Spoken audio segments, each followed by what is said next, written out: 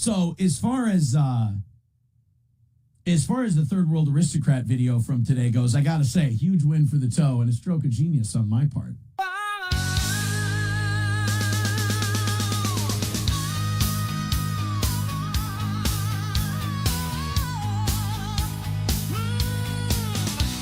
Mr. Radio Voice, he's doing his shows. He's roasting some ass and he's picking his nose. He speaks like a pro on the Steel Toe Show. He's making a mess and everyone knows. Ready or not, he already came. April is a hoe and she's snorting for fame. Another win for the toe. Win for the toe. He spilled the beans. He's rooting for rage as he gets her thrice. Another win for the toe. Win for the toe. He had a felony charge, but he's gonna walk. He's got a big mouth and he talks the talk. Another win for the toe. Win for the toe. He's always a guest with Alex Stein. He's making a wish. He's taking his time. Another win for the toe. Win for the toe.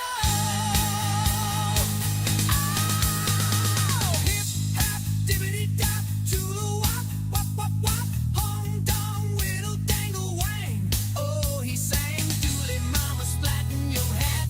Doo to poot cakes. Hey, everybody, welcome. Good evening. Don't shush me, bitch. It is time for the Steel Toe Evening Show. It's me. I'm Aaron. Let's have some fun, huh? We're going to talk some shit tonight. Look, here's the deal. I'm going to goof around with you guys. We're going to talk mean about some people. But the thing is, like, we got some exposés. You got some people being exposed today. I mean, it's not really exposing to me because I call this shit all the time. And, you know, so many people have to catch on later because of, well, the way I put it forward is in a very dickish manner and very abrasive. And people feel like they can't agree with me because I'm such a dick. But that's part of the fun for me because I get to be a dick. And then you don't want to go with me because you're like, he's an asshole. And then you have to acknowledge that I'm right way later on, making me a much bigger dick. It's a good time. It's you know, it beats a hammer and a hard hat, you know? That's why I feel so comfortable asking you for a couple of bucks here and there. That's a fun way to work. But we got a great show today. We really do. I hope Zumach is here because I might actually need Zumach's help on this one.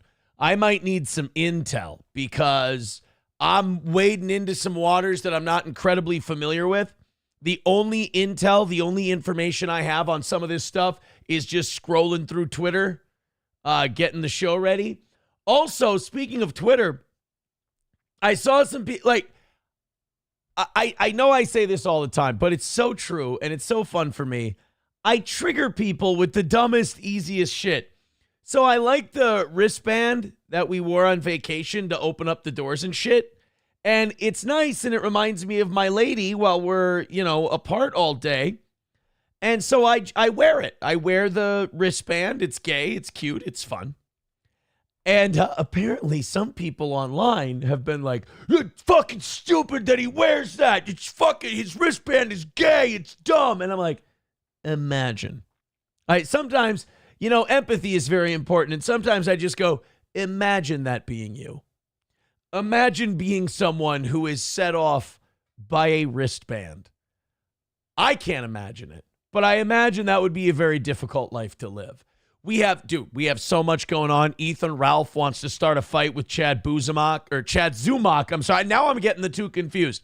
Ethan Ralph wants to start a fight with Chad Zumock. I'm fucking here for it.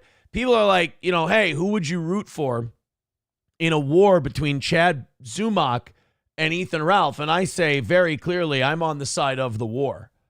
I just let that baby cook. Let that go. I mean, those are two guys who don't know when to walk away.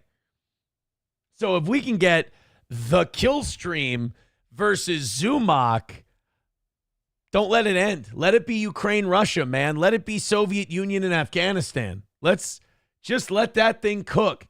I really don't want to talk about LA tonight. I'm fatigued. I was getting tonight's show together, and I was getting tomorrow's show together, and it's just all LA shit. And it made me think of our old co-host, Corey Adam. And it made me think of Corey in that Corey always said, whenever they are fixated on one story, and it's just one story all the time, constantly, blah, blah, it's all they're covering.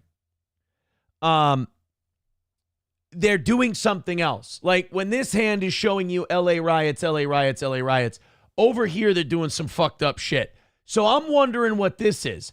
I also saw a story today that said the U.S. military met their recruiting goals for the year.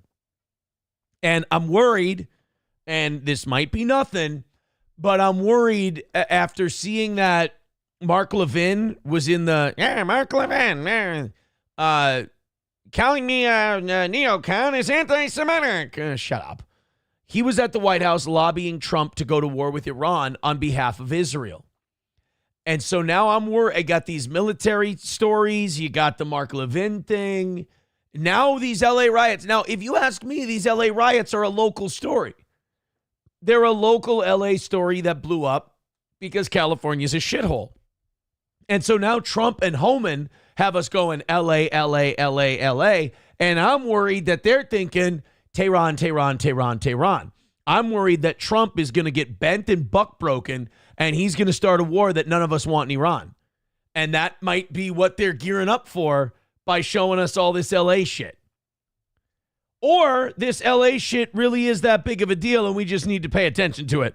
One or the other. But I'm worried about what's this hand doing while this hand's fucking around. That's what I'm worried about. Ryan the Garbage Man with a text. He says, you're a sappy twat, aren't you? Yeah, of course I'm a sappy twat. I'm a lover, man. I'm a lover, as the internet knows way too well. I am a lover, for sure. So, that's why I wear my little wristband. So, I keep getting notifications on the comments from our clip today. It is the most successful clip we've had in a long time. It's probably going to eclipse 10,000 views by the time I wake up in the morning. It's going to be our subs are going up today. It's really, really great. But it's about the City Manny shooter. You know, the Las Vegas shooting between the two streamers. So I put it up there, and it's being viewed by a shitload of black people. And I don't know if you remember that segment from today, but I myself make a whole lot of jokes, and they're all of the racially, politically incorrect variety. And let me just say this. This video is getting a shitload of views, and that's all I care about. I just care about the views. They don't like it. they really don't like my take on this shooting for two reasons. One, I just saw one comment that said Dwight Schrute got racist. And there's a lot of other ones where like, this dude's racist. This dude's fucking racist. And then the other reason they hate it, and again, these are people who are not familiar with our show. The other reason they hate it is because all of these people take like these internet beefs and these YouTube beefs really seriously. And here we are just fucking around, like being silly, making fun of it, the whole deal. And they're like, that's a serious. You don't need to be. And one person was so great. One of the comments, so they don't know Johnny has MS either, right?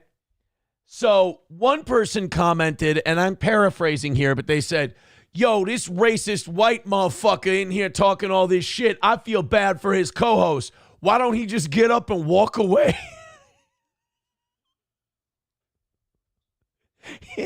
he wondered in the comment section. And by the way, I'm thumbs upping and hearting all of these. In fact, if you guys want to go to I think what would be really funny is if you guys went to that clip and you started leaving comments about how racist and awful I am, and just see if you can get all these people stirred up again, get them going in the comments. So I loved all of these comments. The one where they said, Why doesn't his co-host just get up and walk away? He can't. He's not physically able to. But I wasn't sure that I was going to clip that out. I was going to clip out our Joey C thing from today because I thought that would get the most viewership. I'm really glad I went with the City Manny one because it is taking off. It's doing very well. And the comments have been making me laugh all afternoon. I mean, it is just, this guy's fucking racist. And I'm like, I don't remember exactly what I said when we were covering that story, but probably fair. Like, I'm really giving the commenters the benefit of the doubt on the racist angle on this whole deal. So we've got all of that tonight. We've got so many things we're going to talk about. I'm so pumped. You guys, of course, did an amazing job on Wednesday with our, what do you call it? The Killdozer episode. You guys are starting $50 ahead of the game tonight, so thank you for that. 150 is the number. Go ahead and throw in. You know where to click, and we'll knock that out and have ourselves a great program. Rust Belt says, Derek and Oz says, hi. Thank you. Somebody sent me a photo that they bought a knife from Midland Armory, which, great, thank you. And that Oz laser engraved it. Oz is back in the laser engraving business again. We're going to have to see if, maybe we can put some stuff up on the store. Maybe we can order it for you and Oz will engrave it. We'll figure something out if Oz really is back in the engraving. But that's very cool to see. And tell Oz to drive his ass down here one morning or evening, and we'll have him on the show. McBuster says, that stupid gay F-word Chad sucked the MAP chode and found out. Mapton already being a manipulative, power-tripping cunt and proving super tips is a scam. You're going to be surprised on my take on that whole thing in a little bit here. But Marines, says Ryan Dirty Llama, 700. Yeah, they're sending in the Marines. Look, we're going to talk about all of that stuff tomorrow. Because like a lot of today's show was about the LA stuff, right? And I just don't want the rest. I don't want tonight's show to be about LA. I want today's show to be about lighthearted, stupid shit. We'll talk about Ethan, Ralph, and Chad. We'll talk about Chad's journey. Cracko Miko's got a new song we're going to take a look at. We got an investigation that Turbs McGurk did. Apparently, Patrick Melton is a little worried about the legal action that's been taken against Super Tips, which I hear is not even close to over. And he's trying to move some shit around, including saying that he changed the name of the company that runs his Super Tips scam because he lied to everyone. When he was starting to get these cease and desist, he's like, no, we sold the company.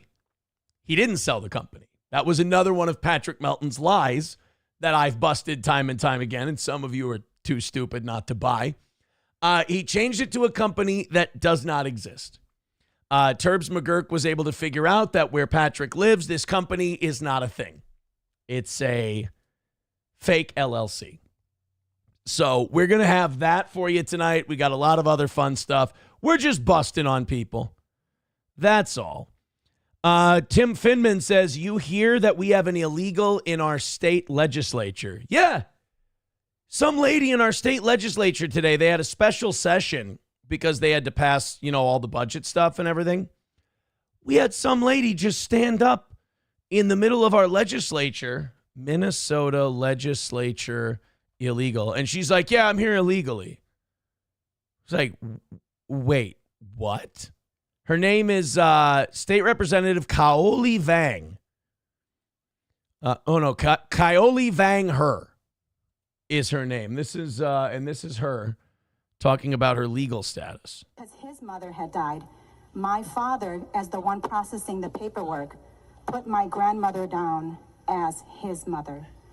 And so I am illegal in this country. My parents are illegal here in this country. You can just, you live in a fucked up liberal state that doesn't take rule of law seriously at all. When someone can just stand up right in the middle of the legislature and just go, yeah, I'm here illegally, and nothing's going to happen to you. She just did that shit and by the way, what like a notice me attention whore thing to do also. Like, we're here to pass budget bills so the state can stay up and running, and you have to stand up and go, actually, I'm here illegally. Good for you. That'd be funny if we deported her. I'd laugh, and we'd be well within our rights. It was for a modifying Minnesota care eligibility for undocumented adult immigrants. I'm guessing that went nowhere today. I'm guessing that went absolutely nowhere. Redbird with $5. Thanks for starting us off. He says, don't worry, they can't vote. Getting elected is way easier. Let's go to 09 Canyon says, Aaron finna be all over Black Twitter. Well, I just saw the newest comment we got on it is, and again, I want you guys to go comment on our newest clip. This person writes, this shit's so racist, it's hilarious. Oh, thank you. That's very, very kind.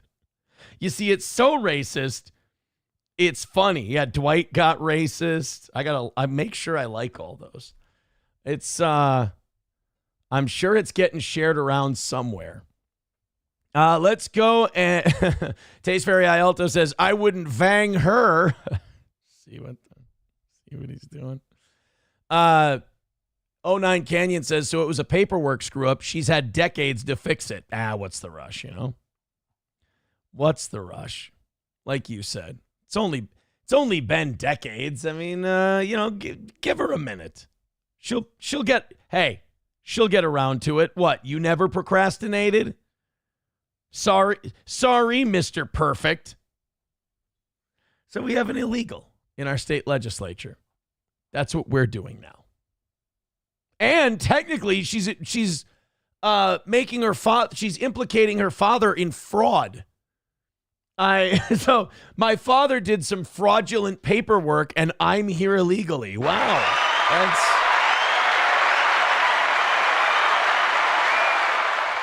that's really something. Question mark. I was reminded I am going to do one LA thing tonight. I just want to play this. This is a reporter at the ABC affiliate in Los Angeles, ABC 7. And God bless this guy. If he's getting Soros money, he's earning his money. He is going to, as this reporter, let us know what's going on in LA. And he wants you to know that there is no rioting going on. And I apologize for my voice tonight. I didn't know it was going until I started talking tonight. But this reporter for ABC 7 is going to let us all know that there is no rioting going on currently in LA. It's a great point, Jory, because that's the quintessential question when you have rallies, demonstrations, riots, if you will. I wouldn't go far as to call it that. I know President Trump had tweeted about riots. It's literally smoldering ruins behind him. Right behind this guy, the ruins are on fire. There's smoke. And he's like, riot? I mean, I wouldn't call this a riot. Oh, that behind me? Yeah, bonfire. It's riots and looting. I don't know that I would characterize it that way. But certainly when you have groups like this. So there's smoke behind him. And then in the cutaway picture they're showing, there's two cars on fire. This is fucking great. Tommy, pan over here to the left here. It's the vast majority are people taking videos, people waving flags, people walking around. As some kind of explosive just went off. People wanting to be part of the cause, wanting to have their voices heard, and wanting to show the power of numbers and the power of force. Moving in on horseback, firing rubber bullets at protesters. Yeah, it's not a riot. Moving them on through the heart of LA. She just shit her. Oh, fuck. She caught one. Okay. She caught a rubber bullet. That ain't good. It's all fun and games till somebody gets shot in the leg. You got to give some of these media people, though, their kudos.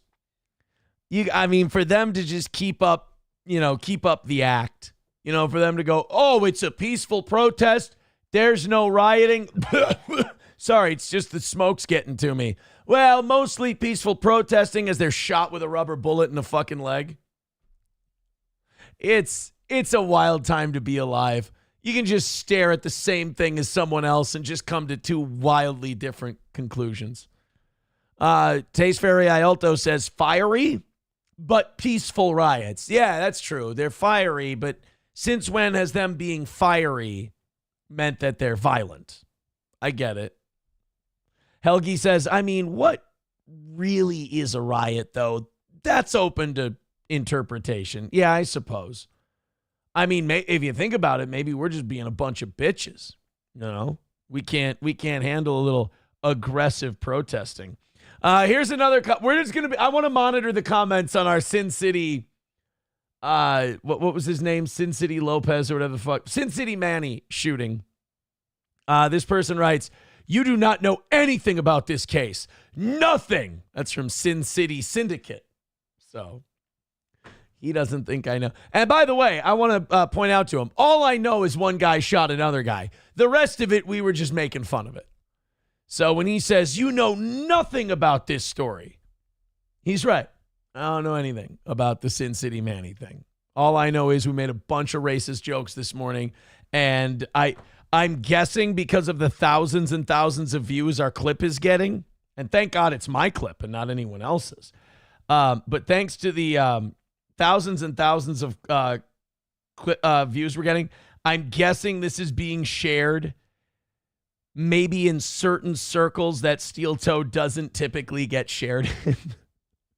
Again, my favorite comment has been, this motherfucker racist. Why doesn't his co-host just get up and walk away? Because he's tied to his chair. He has multiple sclerosis. You able-bodied fucking prick. Leave my disabled co-host alone, you able-bodied asshole. Look at that. What do they call that? What's the mobility privilege or whatever that is? Whatever it is, those guys are being meanie heads. All right, guys, let's get into some things. We have, first off, and I'm so happy we do, the fight we've all been waiting for, the tard-on-tard violence we've all been hoping to get. Ethan Ralph, the Rage Pig, versus Chad Zumock, the Mud Shark. And again, I don't care who wins. I just want it to happen. I want these two to start a feud because what I know about Ethan Ralph and what I know about Chad Zumock is neither of them ever stop. So if Ethan goes at Chad goes at Ethan, neither of them is ever going to cut it out. Ethan Ralph. Chad Zumock was writing about his experience with super tips. Now, if you don't know what happened with our buddy Chad, Chad lost his monetization on YouTube. He couldn't get memberships. He couldn't get super chats. Now, Chad Zumock despises Patrick Melton. And Patrick Melton has tried to make a lot of money off of Chad Zumock in the past. Patrick Melton thought it would be funny if he could get Chad Zumock to accept super tips. You know, basically the doxing app that Patrick has that he now has put under a fake LLC because he's worried about getting sued because he's using all of these people's name, image, and likeness without their permission, like me. And people have either sent a cease and desist, and he's backed down every time. He's bent over for the old C&D, or he's still waiting on getting a few. And that's really going to put him to the test. So he's panicking. You know, the thing about Patrick is he's a very insecure theater kid. His fans are dumb, and they're kind of the rejects of life. So they kind of look to him as like the hero of the stupid. He puts on this false bravado, and for any of us who have been around for more than 5 minutes, we know that it's phony, that underneath it lies a very thin-skinned, very sensitive boy. I know this because I've triggered that very sensitive boy many, many times. Well, Chad bent the knee. Credit where credit is due. We call it right down the middle on this show. Chad bent the knee, and he got the super tips. He even let Melton and his MAP cronies into Chad's computer to install the damn thing and to show him how it works. So Chad goes in, Chad gets super tips, but there's a funny little thing that happened. Chad becomes the ruler of super tips. Chad gets more super tips than anyone else. And now Melton and those people start to get a little jealous. So they've got to cool Chad's heels a little bit. Chad goes on MLC and he says some mildly critical things about Patrick Melton. Nothing groundbreaking, nothing people haven't heard before. Now, Patrick either got sensitive and was a little bitch and cut Chad off from voices and cut Chad off from tech support and all this stuff. Even had to do an emergency stream. There's nothing more insecure than an emergency stream. If you're doing an emergency stream, it means somebody rattled you. Somebody got to you.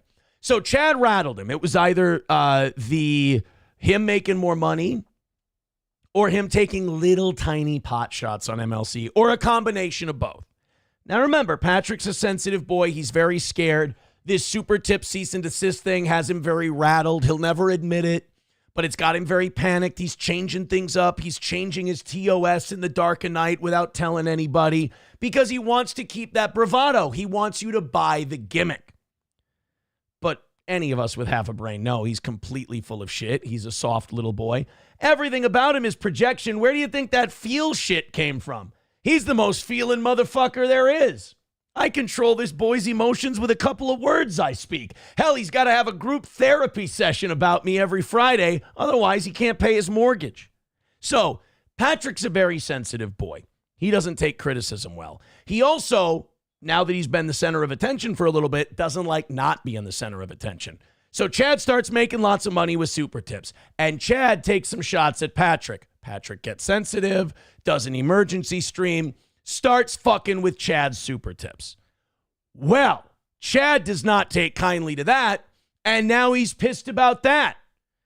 So he starts bitching about it on Twitter, and Ethan Ralph jumps in and says, "You're a bum. I hope you go broke and end up living in a ditch."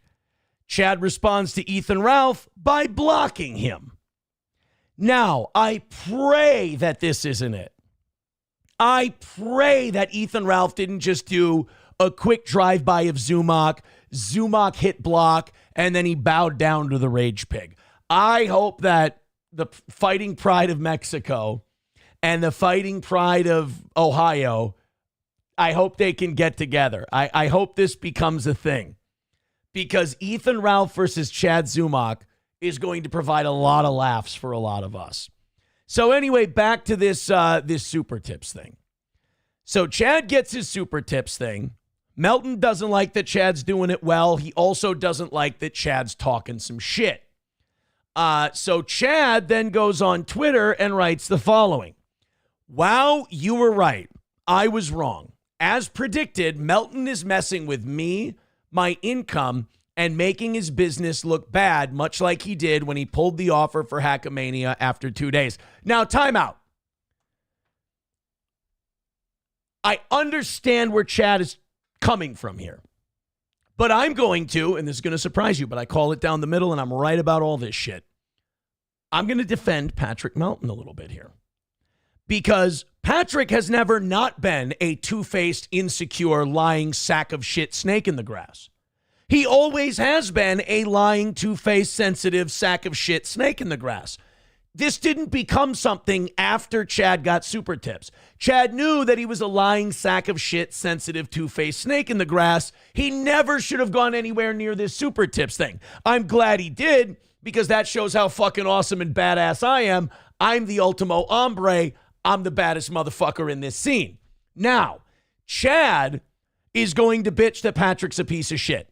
We knew he was a piece of shit. He's going to bitch that Patrick is jealous, sensitive, and dishonest. We knew Patrick was jealous, sensitive, and dishonest. So, while Chad isn't wrong, Chad's the one who decided to make Patrick Melton his boss. And if you're going to make a sad, insecure, two-faced, fat, child-attracted retard your boss, expect a lot of dishonesty, backstabbing, and jealousy. I don't feel bad for Chad that he's getting fucked with by Patrick. Don't do business with him. He's given you multiple reasons not to do business with him. He's a dishonest man. So you get hooked up with a dishonest man and then you go, "Oh, God darn it." What? He can't help himself but be but to be a dick to me for content. I requested 3 voices to be put on my menu. They were already made to unanswered emails. Not only didn't they help out their business, they responded by removing all of them but 3. I fucked up thinking he was on the up and up. Sorry for saying I didn't trust him on MLC, but here's exact proof why I said what I said. Now, Patrick cannot be sensitive enough. Well, he can be. Where Chad goes, I don't trust Patrick. So Patrick goes, I'm going to pull some of your voices. What a fucking bitch if that's the case. But again, not surprising. It's only a matter of time until they kick me off Super Tips platform completely after pretending they were concerned in the beginning. They only helped me so they could fuck with me, and it's happening in real time. Now, if that's true, if they only did it to fuck with him, that's some of the saddest shit I've ever seen. Your life is a complete shit show if you're like, oh, let's give them our Super Tips just so we can take it away.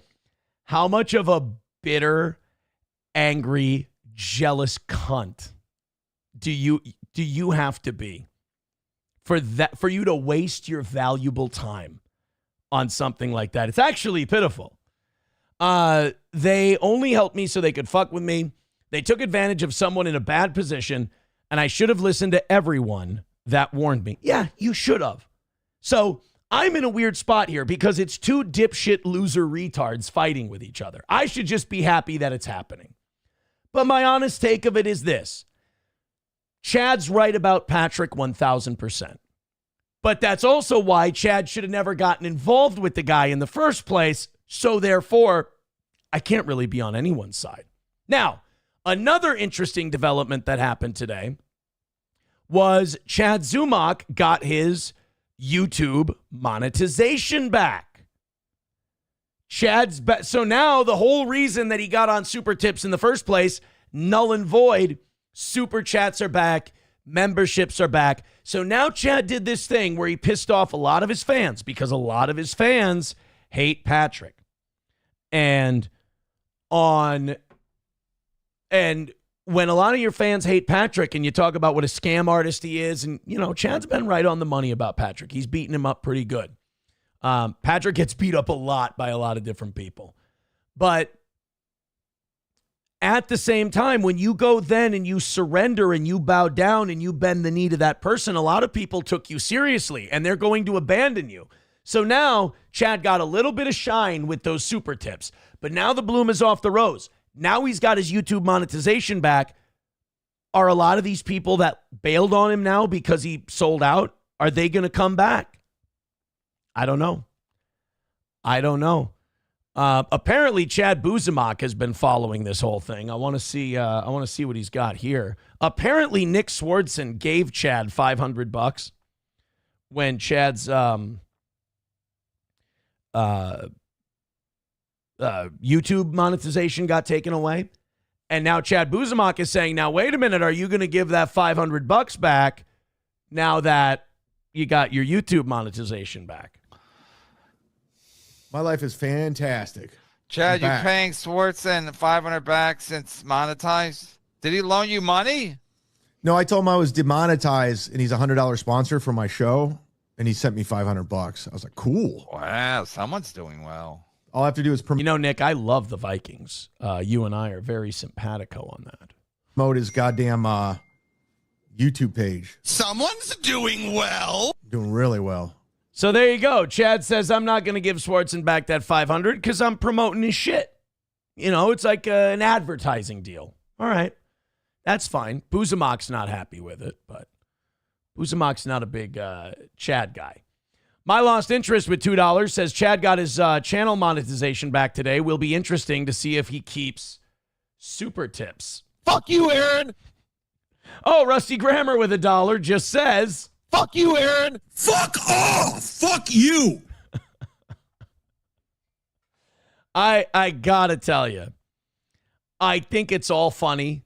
I think it's all hilarious because the whole thing exposes all of them and it just makes me more right. So you know me. I love seeing these guys be exactly what I say they are. It's like I control the universe or something. Well, then Turbs McGurk over on Twitter did some research, and wouldn't you know it, the dishonest, sensitive, excuse-making Patrick Melton has more to cry about, has more to lie about, and has more to make up a story about.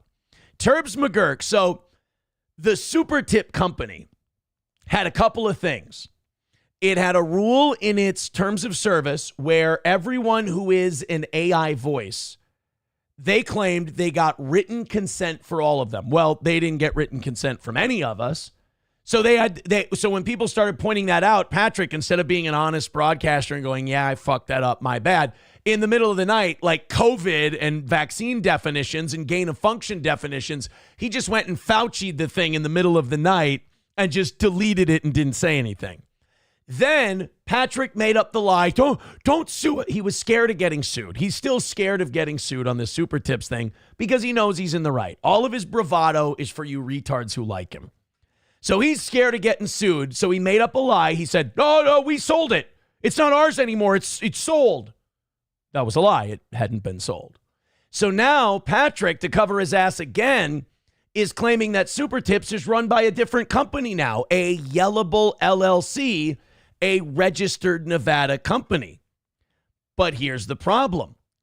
Turbs McGurk looked into it. Yellable LLC doesn't exist. There are no Nevada records with a Yellable LLC. The reason that's important is because in the state of Nevada, if you get caught running a business that is not registered, it's up to a $10,000 fine. So that's very, very fascinating. Very, very fascinating. The guy trips over his own dick, and when he gets called out, I'm sure he'll play this on stream and yell and scream and talk about how everyone's stupid and they don't understand it, and he's totally not lying. But his sensitivity will show it. His sensitivity will show it. But look, man, Chad getting involved, big mistake. And now, especially since he's got his YouTube back, all he had to do was wait a week. He didn't even have to do this. Melton being sensitive about Chad making more money than him for a day, and then getting sad that Chad said mean things about him on MLC. That's not a good way to do business, by the way. Somebody said something mean about me. I'm going to cut them off. I mean, it kind of makes you look like a soft bitch, which he does. Tim, who is a big-time onion ball washer, you know I'm right when he doesn't have anything but this. With $1, he says, I'm beginning to think you might actually be retarded. I think I got you, buddy. I think I got you, Tim. Now, you've never been the most intelligent guy to begin with, but I think I'm hitting too many nails on the head here. So that was fun, man. I followed a little bit of that today because I thought it was interesting. And now you get to watch Melton squirm, which is always fun. And he's going to Now, the good thing for him, the one I will compliment him on this, he has an audience full of complete mental retards. They will buy any dog shit he says, and they'll propagate it out online. So he'll have a new coat pretty soon, and everyone will swallow it up because they don't want Steel Toe to be right. It's their fear of Steel Toe that keeps them believing his horseshit. And to be honest, I think they should keep doing it because, you know, they killed Steel Toe. We don't do a show anymore. They succeeded. Another win for the Toe.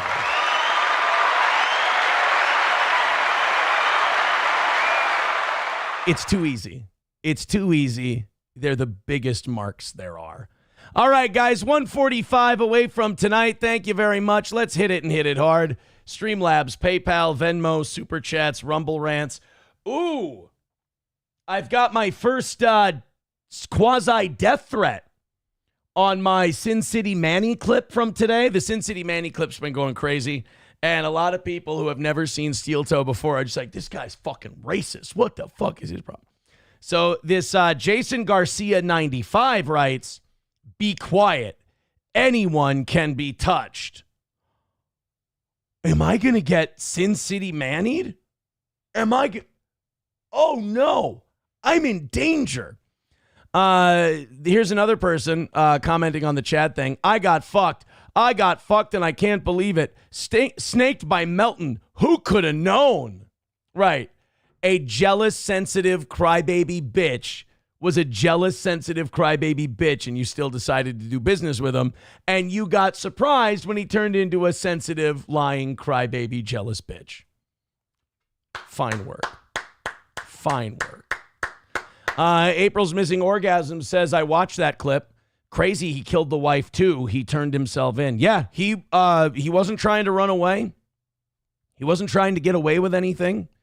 He fucking smoked that guy, smoked the chick, and said, all right, you got me. That's all I wanted to do. He put 2 strikes on my channel, so I had to murder him. Now I'm ready to go to prison for the rest of my life. I mean, I know he was only doing like 1,000 views a video, but like still, bro, you had something to live for. You didn't need to throw it all away. And like, honestly, you walk up to a guy on the strip, you punch him in the face. Even if the cops do end up detaining you, you'll spend the night in jail. You'll be out. It's a brawl in Vegas. It happens. Shooting the guy's it's a little more permanent, my man.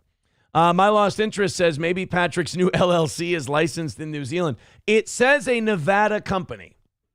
So you can't say it's a Nevada company when it's not a Nevada company. People might, that might be something. Yeah, Helgi says get out the brooms. They're going to have to sweep pretty hard.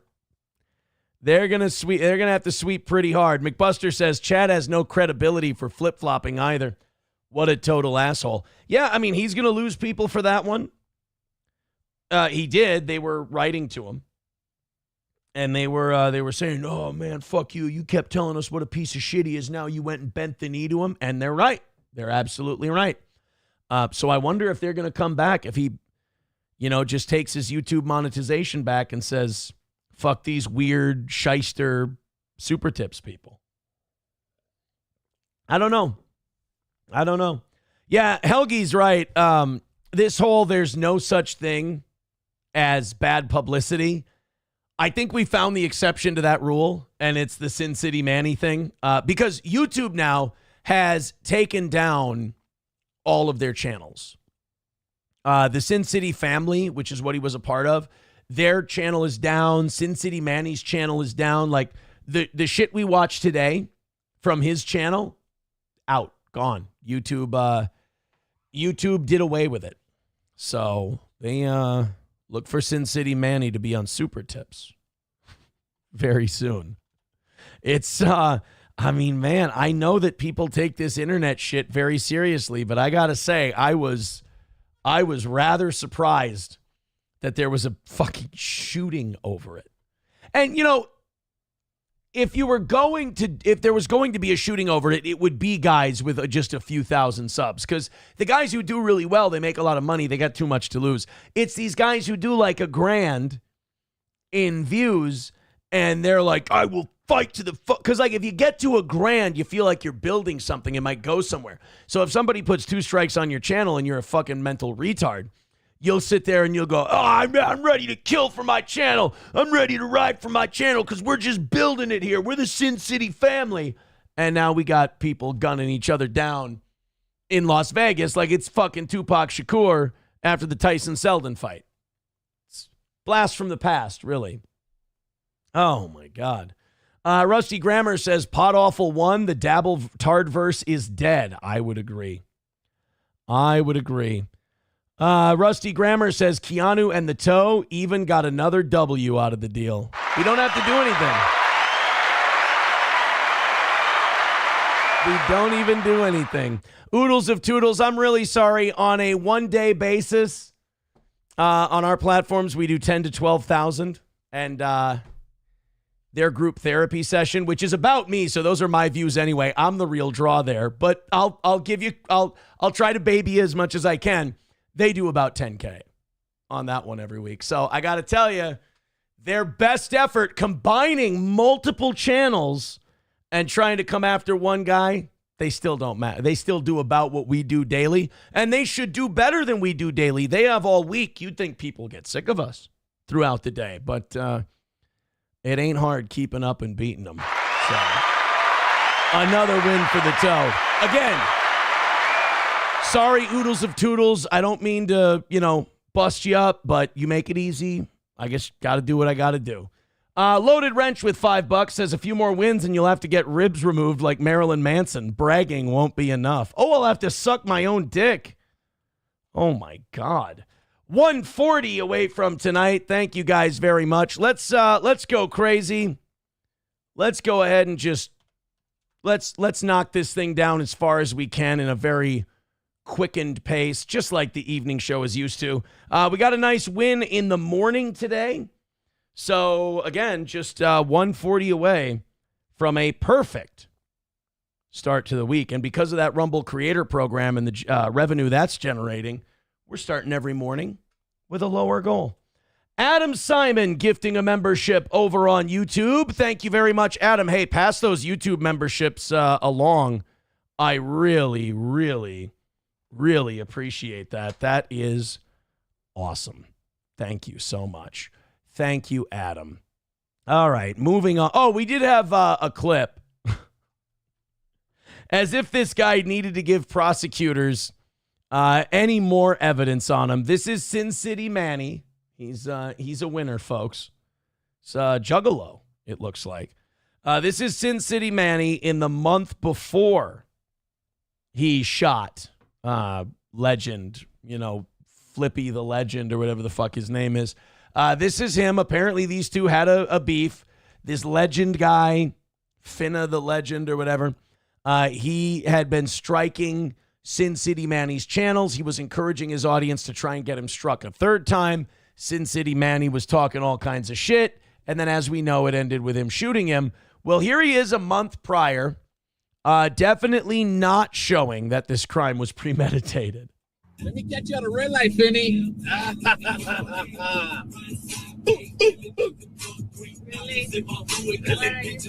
That fat boy over there in Arizona, somebody got checked on.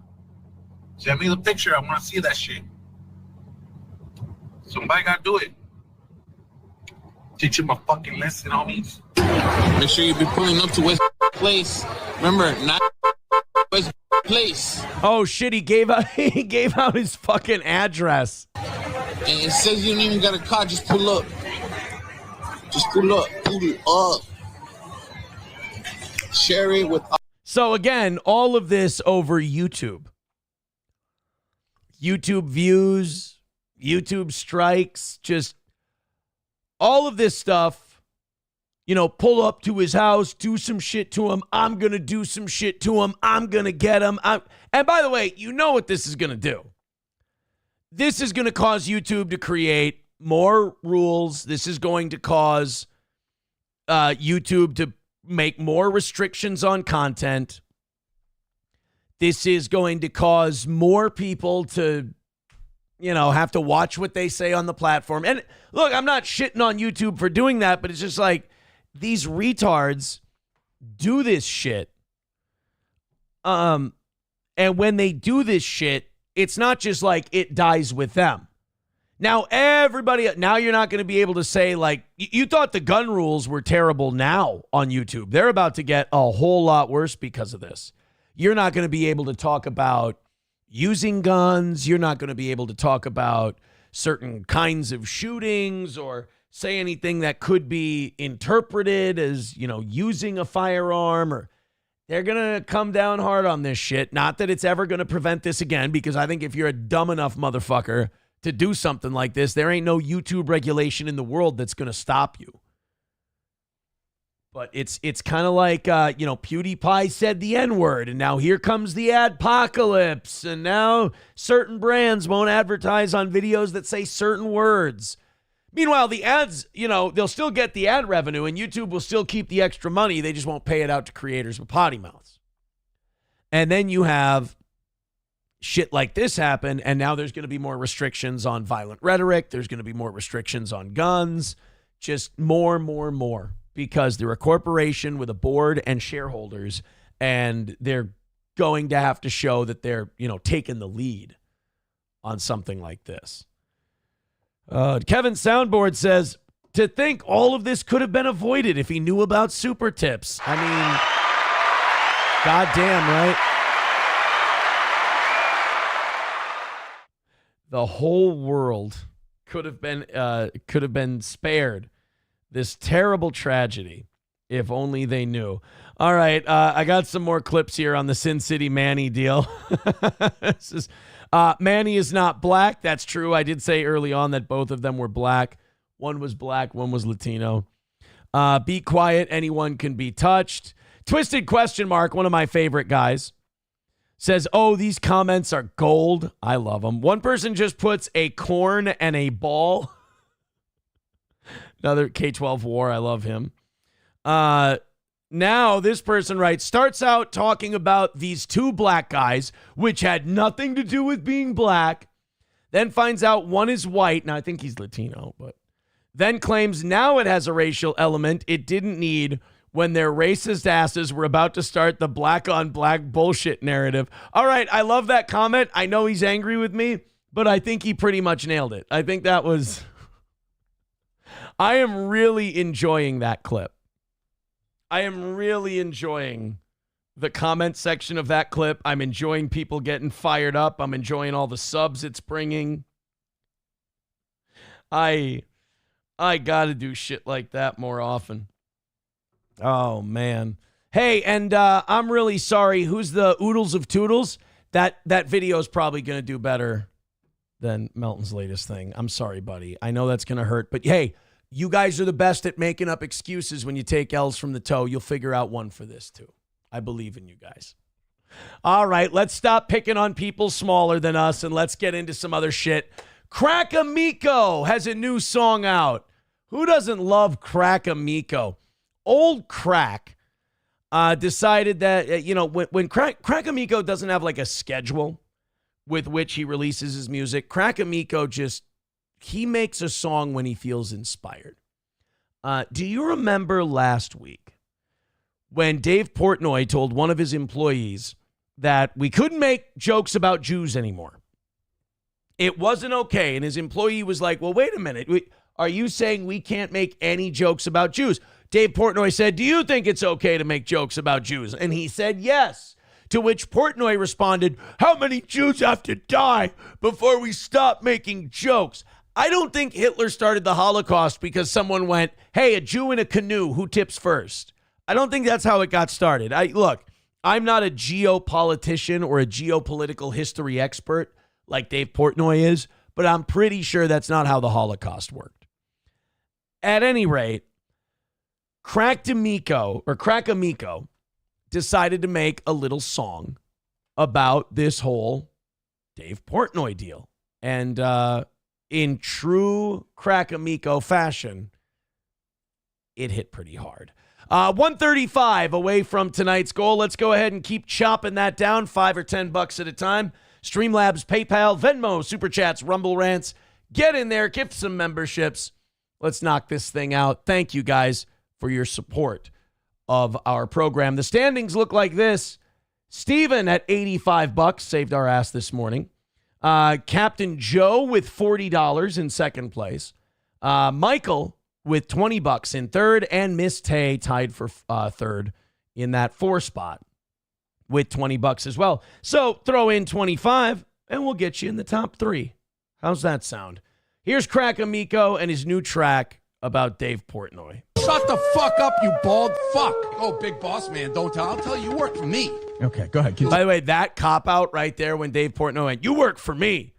Nothing says I've got a really good argument and I don't need to pull rank like pulling rank. You bitch, you work for me. Sure, I bet. For now. Oh, you do? Okay. You're literally saying people should be allowed to make Jew jokes, say whatever they want. Yes, I think people should be allowed to make jokes. So how many motherfucking Jews have to be killed before you stop? Hey. I gotta ask this. How come he can say when he says motherfucking Jews, it's okay?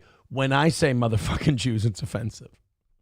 I mean, I'm just jealous, but still, I'd like to know. You stop! Hey, you can joke about death, you can joke about rape, you can joke about Indians or dead babies, laughing at whatever the fuck that you wanna. Only one thing is sacred, that's Davy.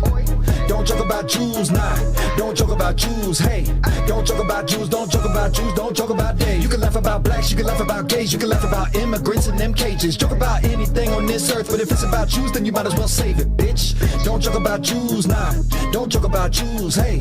Don't joke about Jews, don't joke about Jews, don't joke about Jews, don't joke about David, you are a homo, retarded shlomo, dishing what you can't take.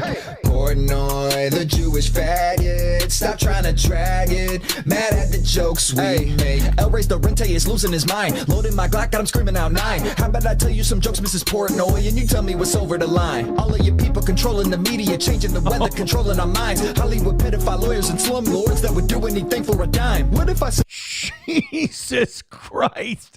You know, the thing about a Cracko Miko track is, you know, the first minute or so you go, oh, I like this. I like this. And then the second verse you go, I remember Cracko Miko. Oh yeah, this motherfucker goes hard. said something that you ain't like? What if I called you a kike? What if I noticed somehow you make money whenever a colored man spits in a mic? What if I told you that Israel is evil and it's time to rise up and free Palestine? Or maybe all parties involved are retarded and things would be better if all of them died. Especially the I have a feeling this isn't going to change Dave's mind. children, I hate them the most. Raise up your glass, I'm proposing a toast in honor of freedom to make any joke, even though there's a victim within every roast. You could joke about death, you could joke about rape, you could joke about Indians and dead babies, laughing at whatever the fuck that you wanna. Only one thing is sacred, that's Davey. Don't joke about Jews, nah. Don't joke about Jews, hey. Don't joke about Jews, don't joke about Jews, don't joke about Dave. You can laugh about blacks, you can laugh about gays, you can laugh about immigrants in them cages. Joke about anything on this earth, but if it's about Jews, then you might as well save it, bitch. Don't joke about Jews, nah. Don't joke about Jews, hey. Oh my God! Oh, Jews, don't joke about Jews. I just realized because they're cut off. That's Epstein and Ghislaine Maxwell dancing with Dave Portnoy. Fuck, I'm an idiot. Oh, this is a fine little production piece from Cracko Miko. Don't joke about Jews. Don't joke about.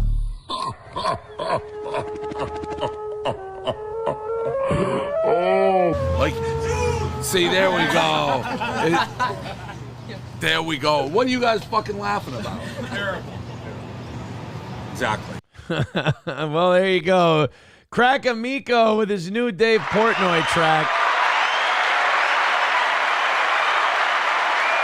You can say a lot of things about old Cracko Miko. You can't say he's not talented. Woo! No Pen 15 with $2 says this motherfucker's spitting. He certainly is. He certainly is. Thank you guys very much. Hey, while you're here, go ahead and hit like, hit follow. I appreciate you being here. Go ahead and throw us what you got. Oh, look at this. Oh, I just got a very nice text that I can't read because it's about something it has to do with something that's going to happen Thursday, and I'm keeping my mouth shut.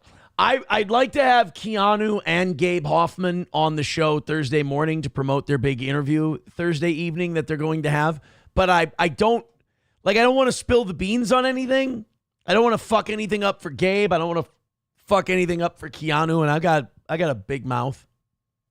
So I just want to keep it shut and watch their watch the show that they put on, watch what they do, and just, enjoy it with everyone else.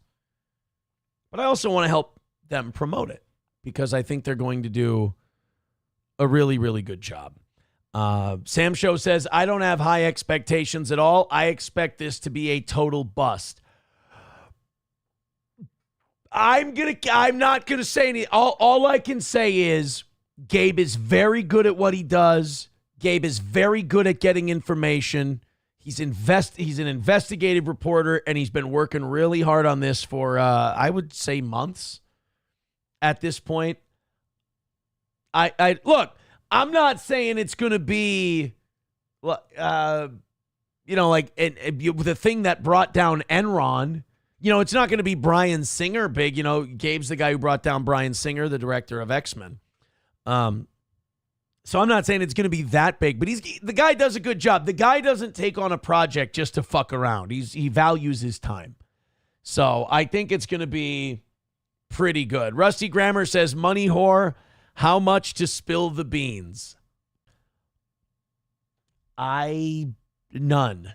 No, there's zero money that I can accept in exchange for that. Let's go to a Jew and a woman on steel toe. I don't like it.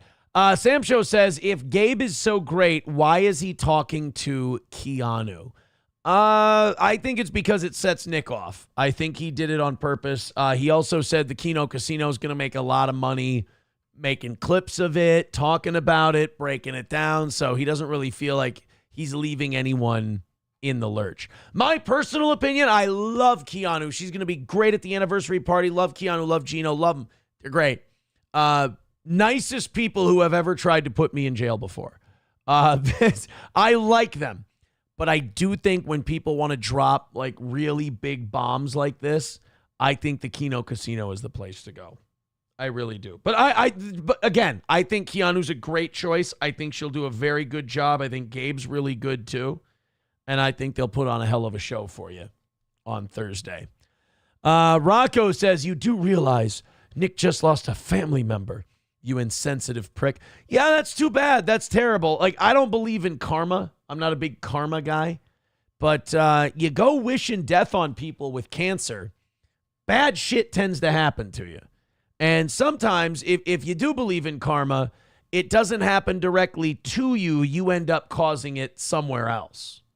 And that's what makes it really shitty. So, I don't know. I think people die regardless. But I do know that you invite some bad juju on you when you start wishing death on people and you start saying people should be put down and shit like that for the crime of holding up a mirror to you. That's the only crime. It's just holding up a mirror and showing you the truth while you try to obfuscate it. I mean, that, again, I'm not a karma guy, but if people are a karma guy, I wouldn't blame them for drawing that connection, essentially. All right, let's get into some more shit, shall we? Let's get into some more shit. We are 1:35 away from tonight. Go ahead and keep that going, rally up and all that. The Diddy trial is still going on, and I don't know how. I mean, to me, I'm watching this, like I'm reading the stories on this Diddy trial like a boxing referee who needs to step in and wave the damn fight off. I mean, it really does look like the guy's fucked. And again, I will fully admit, I don't know shit about shit when it comes to trials, when it comes to any of this stuff. I've watched Law & Order SVU. You know, I've watched courtroom movies. I've watched Primal Fear. I'm assuming you can't just put on a Southern accent and pretend to be another guy and get yourself off of murder charges. But I know I've seen Primal Fear, and it worked for Edward Norton. I don't think Diddy's going to be able to pull that one off. Diddy has an ex-girlfriend that they're not saying her name, just Jane, giving testimony in the Diddy trial, saying she told him she wanted to stop having sex with male escorts in hotel rooms. You know, typically when women say they want to stop doing something, you have to listen. While also telling jurors she texted Diddy, "I'm not a porn star. I'm not an animal." The prosecution asked Jane about a text exchange between her and Diddy, apparently in 2023, while he was in New York City. She apparently pushed back on a request to visit Diddy in the city. Diddy in the City, by the way, that canceled sitcom that Fox tried to put on. It was worth a shot. Claiming he just wanted her there for a hotel binge. In his words, these are the voicemails that they played in court.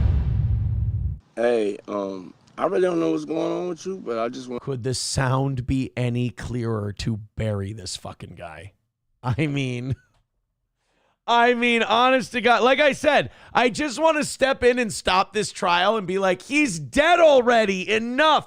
Because just listening to how clear the voicemail is, it's just like the guy talking directly into the flower, you know, "I'd like to buy heroin, please." I mean, this guy just putting it all on recording. I mean, even the hotel thing, like he's dragging her around by her hair like he's fucking King Kong, and it's all on video. I mean, how strong of a case do they really need to present, because they are going for it? I want to just give you a heads up that I'm about to really disappear on you. You feel me? I'm not going to be playing these games with you at all, at all. So I don't know. You know, playing these games with you, like forcing her to fuck male escorts and be treated, in her words, like a porn star or an animal, which I don't know if you ever watch porn these days, but porn star and barnyard animal, it's not that far away anymore. Oh, you think you silent treating me, and you think I'm going to be, nah. Diddy, don't threaten her, please. Don't threaten her on a tape recording. I mean, they've already got enough that they took out of your house, enough that they've presented in this trial already. Please don't let us have a segment here where you end up clearly threatening someone on recording. You'll have a rude awakening. You'll just have silence. And ain't nobody threatening you, and I ain't trying to go back and forth with no woman. Good. You know what I'm saying? Oh. I'm telling you, I ain't got no time for no games. Where my life is at right now, I don't have no time for no games, baby. That's right. Think of all the baby oil shopping he has to do. He literally doesn't have time for this. Baby girl, me and you could be mad. I could have a spat. We could have whatever. Then after that, you better get on your job. That's really That's right. Fucking male hookers is your job. Your job, bitch. all it is. Cause you got me on my job. Nah, it ain't never gonna work like that over here. You know what I'm saying? I was trying not to leave this message, but you have left me no choice. So either you go in the direction of like moving on and like that, or you like just like have me just keep moving. Just let her go then. Like, this is what I don't get about shit like this. Like, she's like, I don't want to talk to you. I don't want to be treated like an animal. What kind of mental fuck up do these people have that they still want to hang on to people who so very clearly don't want to be there? There's something about making people do shit they don't want to do that should make you feel shitty. It should make you feel scummy. But for people like Diddy, he's like, look, bitch, I need you to suck off 6 escorts like a circus seal. If you don't do it, nobody's going to do it, and that's a problem for me. Why does there have to be a woman doing that, Diddy? Because I bought the fucking baby oil and shit's about to go down. How am I supposed to get all these Jewish record producers in here to see all the blackmail we've got on blackmail hip-hop artists if I don't have baby oil and a girl to suck off escorts? Ain't no threat. I'm just being clear. I can't do this with you every time you get upset. Yeah, that's my friend. I'm in Miami. I don't have a lot of friends out here, okay? Not the way you behave. Asked me if she could work out with me. I said, okay. You got to believe what you want. It's the last time you're going to be cursing at me, disrespecting me over nothing. Oh, so she must have saw a picture or something of him working out with some chick, and she's like, well, what's the fucking deal?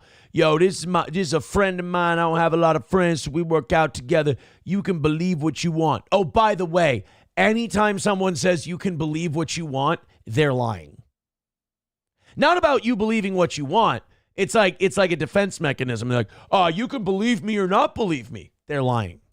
I'm a human being. I'm not going to lock myself up in a room and have no friends.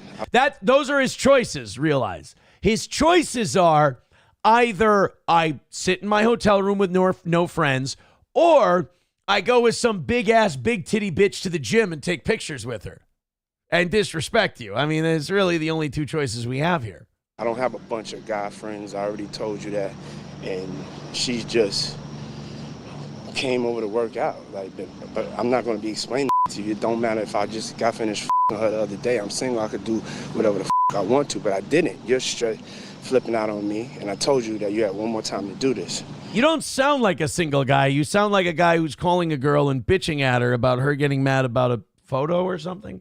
Flipping out on me because somebody came. Diddy, when he recorded this, was what? Probably about 50 years old. You're too fucking old for this shit. Stop it.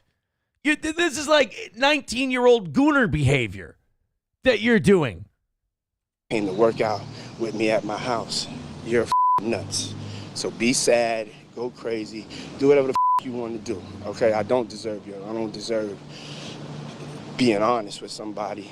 And then every time they see somebody else. You know, really, that's the burden that Diddy has, is he's so honest.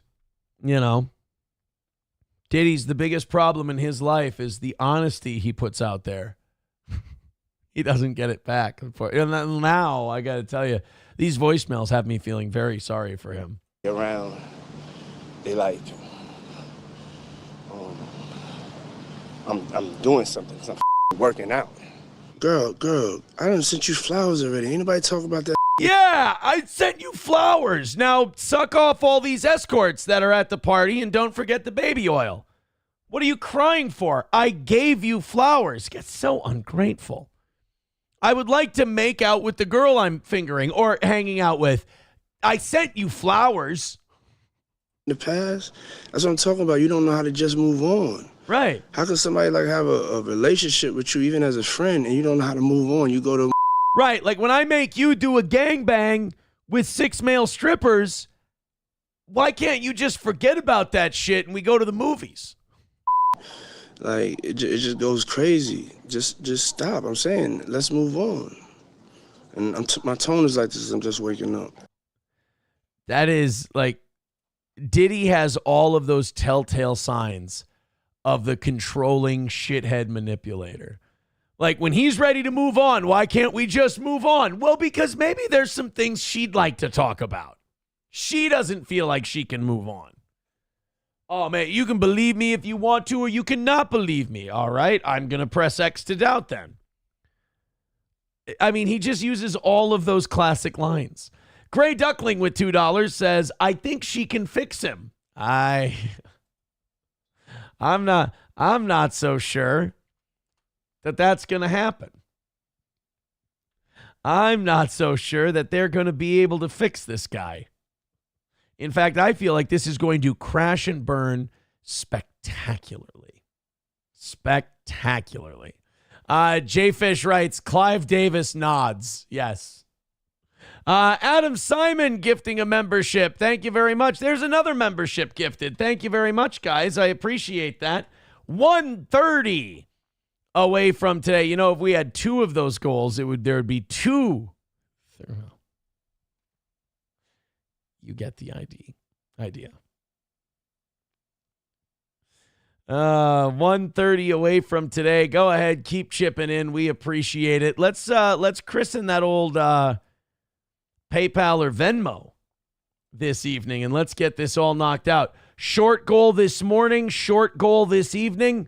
Let's step up and knock it down, and let's call it a perfect day for the toe. Drop in 25 and get in that top 3 there on the leaderboard. Thank you guys very much. Gray Duckling is now tied with Miss Tay for that 3rd spot with, oh no, he's at 22 now. Hold on just a minute. Gray Duckling has just knocked Miss Tay out of the top 4 with $22. Loaded Wrench. There we go. Loaded Wrench with $2 says, give me my 5K and take this cheeseburger. Diddy.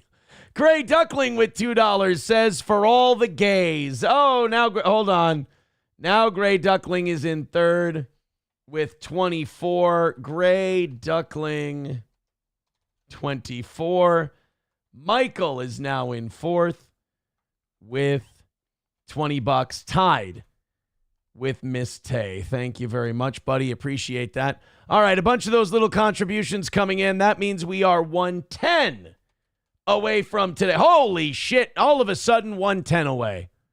Keep going. Keep going, keep going, keep going, because all of a sudden we're making moves here tonight on the evening show. All right, we got, oh, look at that. Adam Simon with $230 over on PayPal. Isn't that nice?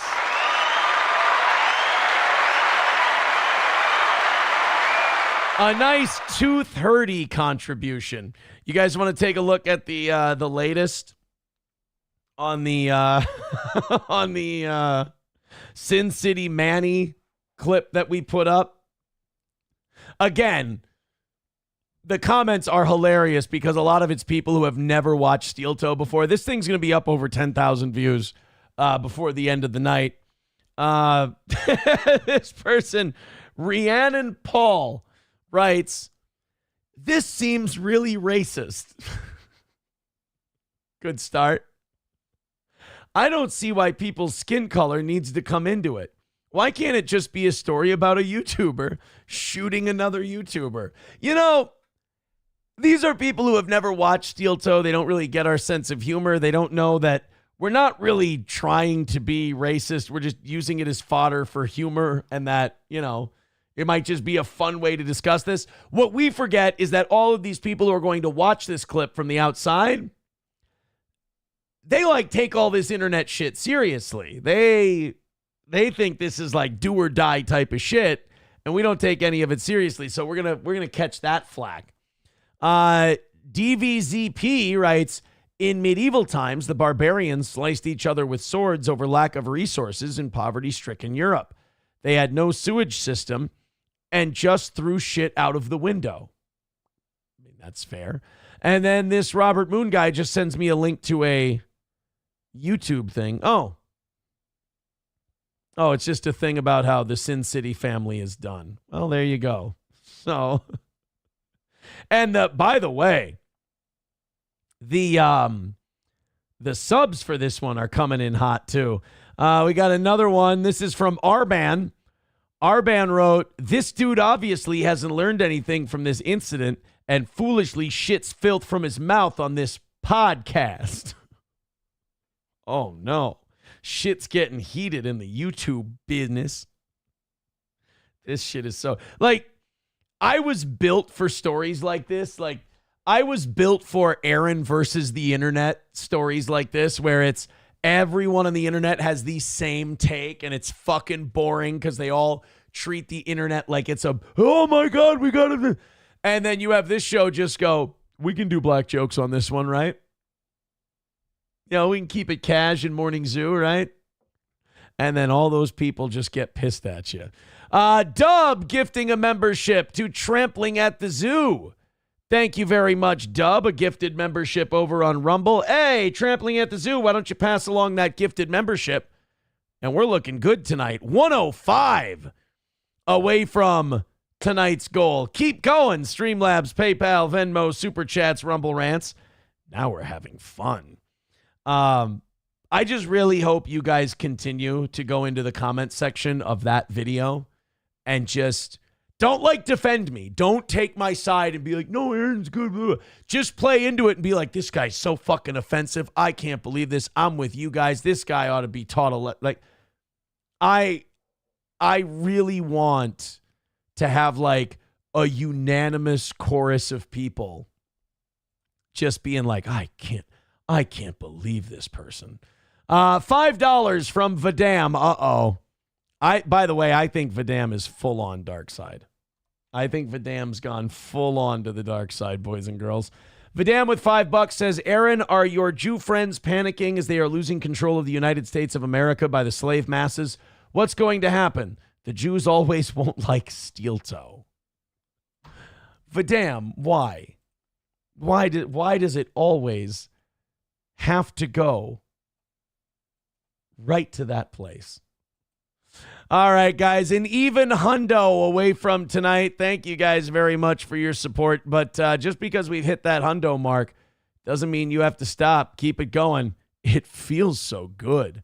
Let's go ahead and check on Donald Trump's thoughts on what's going on over in L.A. Oh, wait, no, hold on. More comments. Oh, no, that's okay. That's the R-Band one. That's the one we already did. Good. Let's see what Donald Trump thinks about what's going on in L.A. You know, I got to give Trump credit. He was decisive. He did not fuck around on this Los Angeles riots thing. He jumped into action. He and Tom Homan decided we're sending the National Guard in. Now, apparently, we have the fucking Marines in Los Angeles. The Marines are in there to restore order. Over on the White House lawn today, the media was, doing their thing where they shout the questions at the president, just, Mr. President, what do you think about this? What do you think about that? They asked him about Gavin Newsom. Gavin Newsom being the governor of California. He's supposed to be the leader in this whole thing. This is what Donald Trump thought about Gavin Newsom's leadership. Gavin Newsom he's daring Tom Homan to come and arrest him. Should he do it? I would do it if I were Tom. I think it's great. Gavin likes the publicity, but I think it would be a great thing. So if you can't hear it over Marine One, over the helicopter, Trump's saying, yeah, I think Tom should do it. I think you should arrest him. Gavin really likes the publicity, but yeah, I think he should arrest. He's right, though. Not about necessarily arresting him, but Donald's right. Like, Gavin Newsom says shit like that to get himself publicity, because then he looks like the mighty Gavin Newsom who stood up. He stood up to Donald Trump, and he stood up to Tom Homan, and he stood up to the fascists in the Trump administration. And by God, he's going to keep doing it for you. So if he says shit like, why don't they come and arrest me? Like, what if they just fucked around and did it? Like, well, I think it would be terrible for the country. I think it would be an awful political split in this country. It would set a terrible precedent, arresting governors and shit. But just like to watch Gavin Newsom do one of these PR things, but then get called out on it, would be kind of interesting. Here we go. Power Windows over on YouTube writes, Gypsy Crusader maxing. Good look, Aaron. I'm not doing the Gypsy Crusader bit. Gray Duckling over on that video writes, not sure, but is this host gay? I mean, for sure a top, but a really feminine type. Well, my audience is doing exactly what I asked them to do. He's done a terrible job. Look, I like Gavin Newsom. He's a nice guy, but he's grossly incompetent. I like Gavin Newsom. He's a really nice guy, but Tom Homan should fucking arrest him.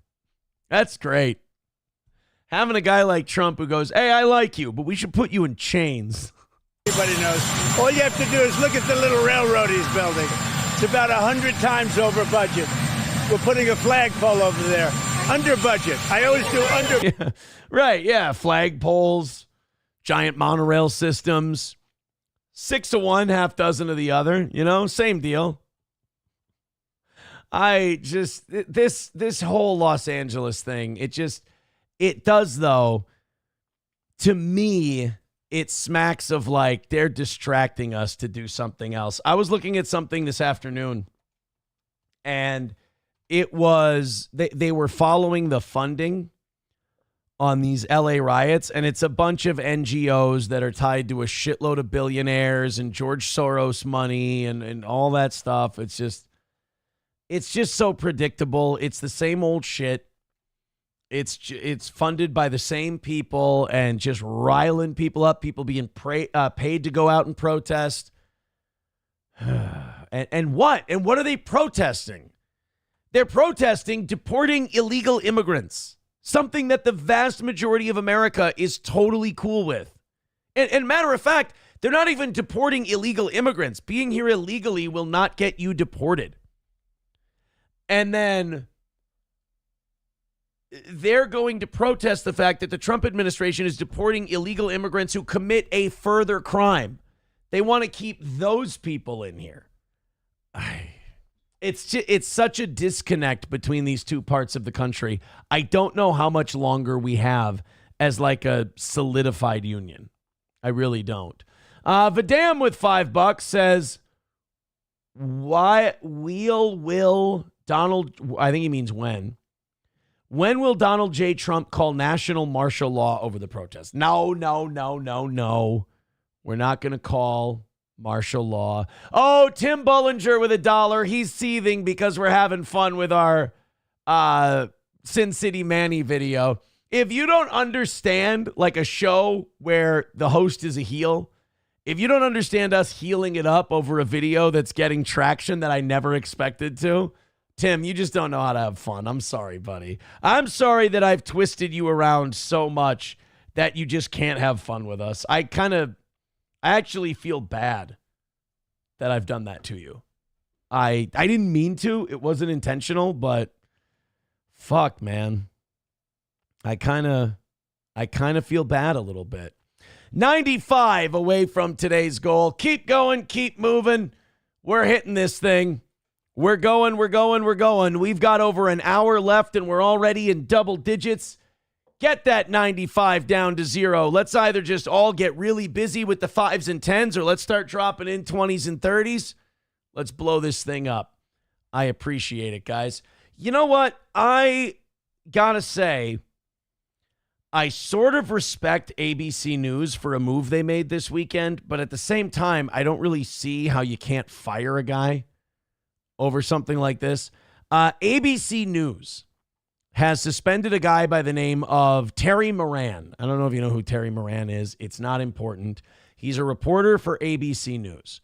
He's their senior national correspondent, and he's been suspended because he tweeted out over the weekend that White House Deputy Chief of Staff Stephen Miller, who's kind of awesome. I like Stephen Miller. He's kind of a troll, but in a good way. He called him, quote, a world-class hater. Now, to me, you can't be a journalist covering the administration, covering the United States government and what's going on there, and just shitting on people. Like, you're supposed to be objective. You're supposed to, or non-objective. You're supposed to be fair. You're supposed to not have an opinion. You're supposed to just report the news. And going on personal attacks of someone like Stephen Miller, like, even if you think Stephen Miller's a douchebag, even if you think he's garbage, and you can totally think that, to think that a journalist should be going out and just trashing the shit out of individuals that they're supposed to be covering, I don't know, man. It kind of lacks journalistic ethics. And what's crazy is this guy climbed to the top of the heap in his profession, and he's still violating something very basic in journalism, like not like showing your personal bias. According to CNN's Brian Stelter, and look, if you can't trust Brian Stelter, right? He said that Moran had been suspended pending further evaluation following his post. The thing about Stephen Miller is that he is not that he is the brains behind Trumpism, Moran said.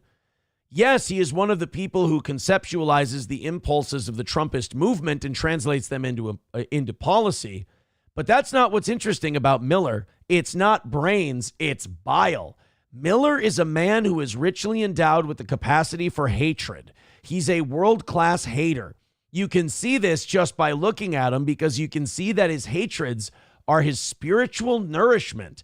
He eats his hate.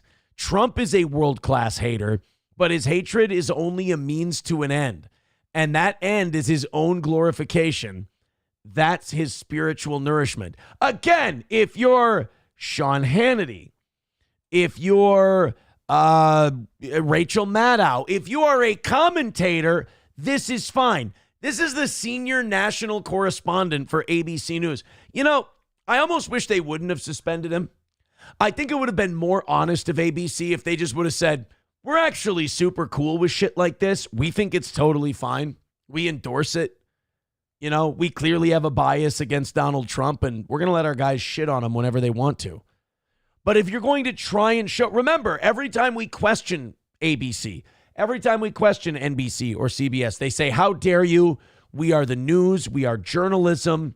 We are the fourth estate. You know, we are here to report the truth, and you're undermining the sanctity of the news. All right, well, you can't have it both ways. You can't say that you're the sanctity of the news and you should be respected, and then you let all of your correspondents go off and just be vitriolic towards members of the administration. You've got to pick a lane. Either you guys are opinion and you have an agenda, which is cool. Just say you do. Or you guys are the world-class journalists and you need to be treated with respect. And you're, you know, fair. You call it down the middle. Now, I believe it would be much more liberating for an ABC if they could just admit, look, we don't play fair. We don't think Trump's good for the country. We're going to shit all over the guy. That's the way we're going to handle our business. I think that would be much more honest and liberating for ABC. But they want to be looked at as prestigious, like Joe Hendry. And I don't know how you can keep this asshole on staff, this Terry Moran. I don't know how you can keep him on staff after he made such a blatantly biased statement like he did. I mean, you can't keep him around and say, oh, yeah, he's just going to come back and he's going to cover the White House just like nothing happened. Just, he's fine. He learned his lesson. What, all of a sudden at 50 some years old, he learned journalistic integrity? I don't buy it. I'm sorry. Let's go to Brian, he says, did you see another Chinese national was busted at Detroit's airport with undeclared biological materials? Oh, yeah, we've got that for tomorrow's show, too. We keep catching these Chinese nationals trying to get into the United States with undeclared biological materials. Now, I don't think that undeclared biological materials means like shit in their pants. I don't think like they brought a jar of piss for a drug test with them. I mean, this was from Wuhan.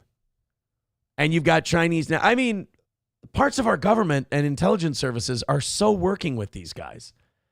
I mean, who's the Democrat who was like getting sucked off from a Chinese spy lady? Was that Swalwell? So, we've obviously got Chinese operatives working inside the United States government. It wouldn't surprise me at all if they're bringing in, dirty shit and trying to get away with something here in the United States. It wouldn't be the first time the United States and China have worked together to fuck around.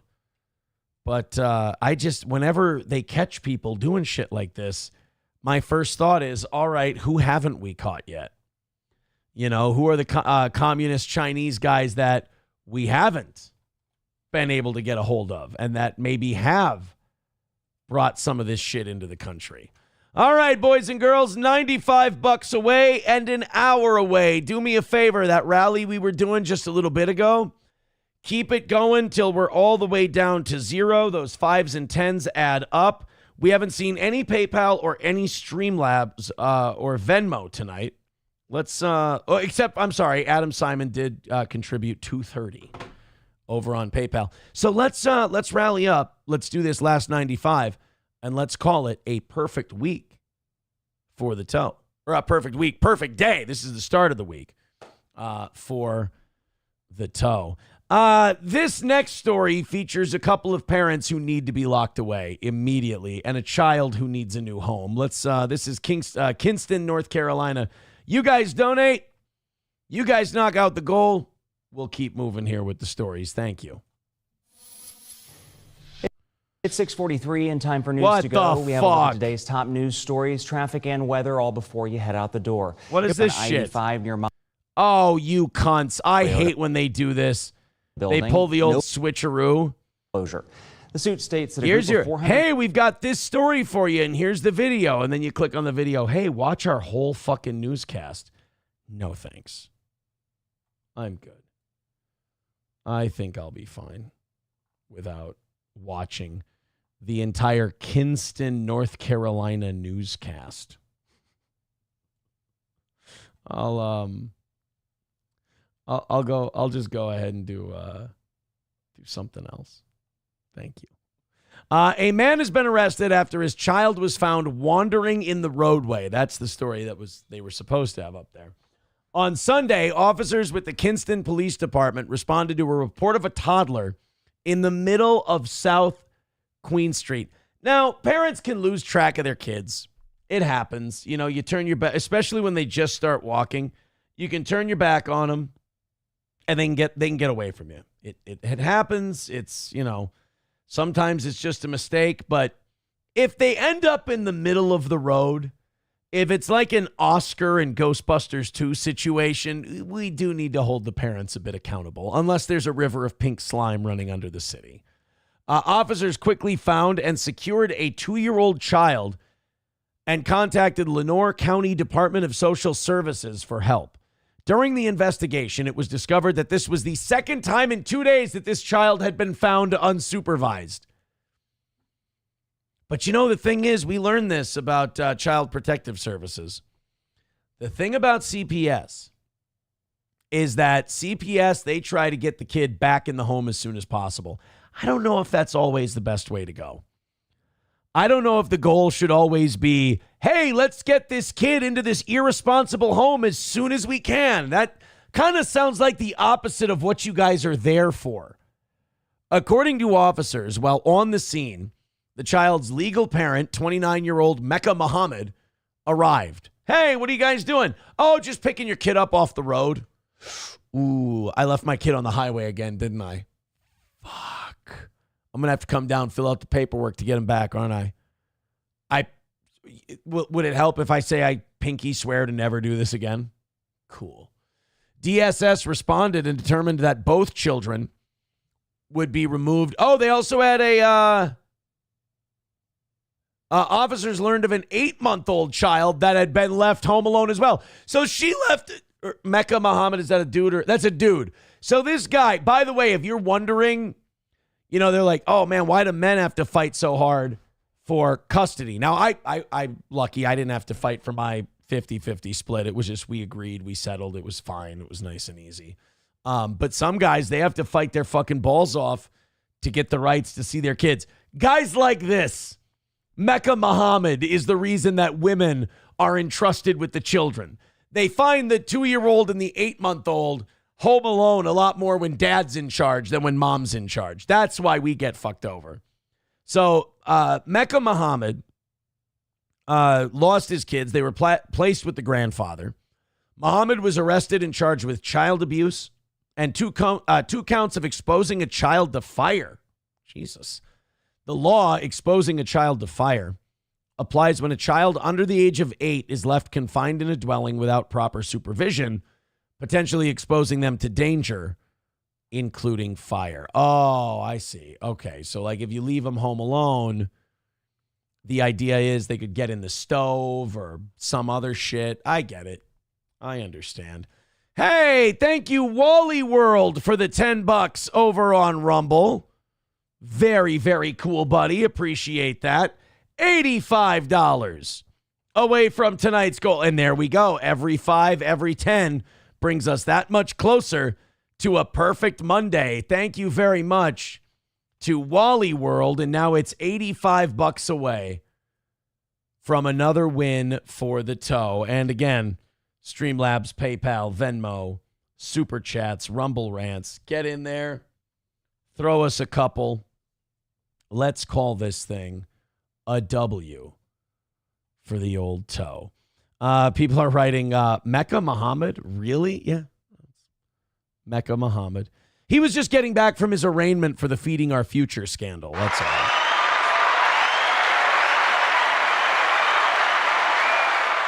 Bigot on socialist media says parents get arrested for this now. Yes.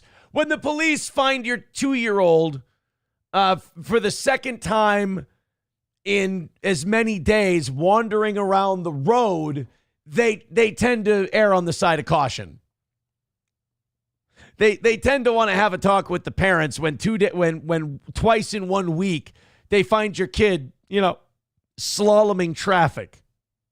They want to at least sit you down and have a talk. Bigot says, I took off a few times and was just walking to the store to buy candy.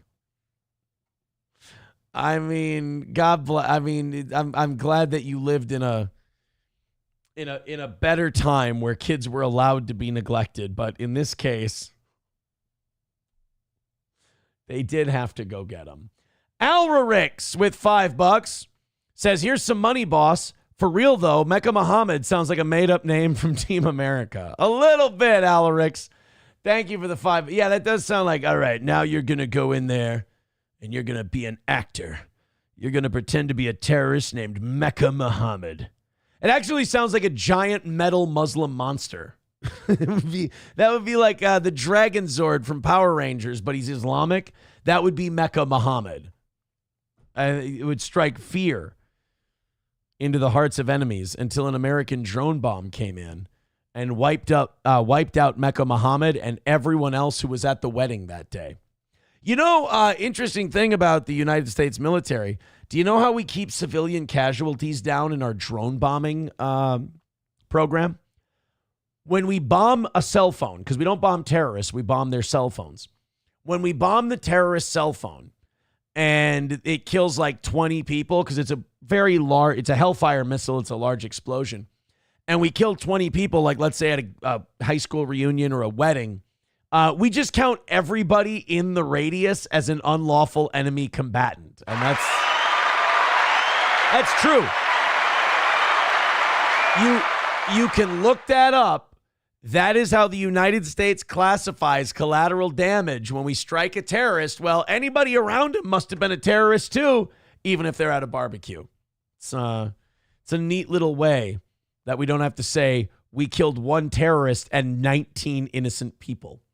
Grand Poobah with $5 says, is that like a robot, Muhammad? That's got to go way past the no image rule. Yeah, right? I mean, if you're building a mechanized Muhammad, you're going to be under the threat of a fatwa, I feel like. Thank you, Alarix. Thank you, Grand Poobah. $80 away from tonight's goal. Keep going. Who says we can't knock out our goals early? $80 away from calling this another win for the toe. Please and thank you. Streamlabs, PayPal, Venmo, Super Chats, and Rumble Rants. Let's christen it all, and let's call it a W for your favorite program. Which, by the way, is this one. This is your favorite program, in case you were wondering.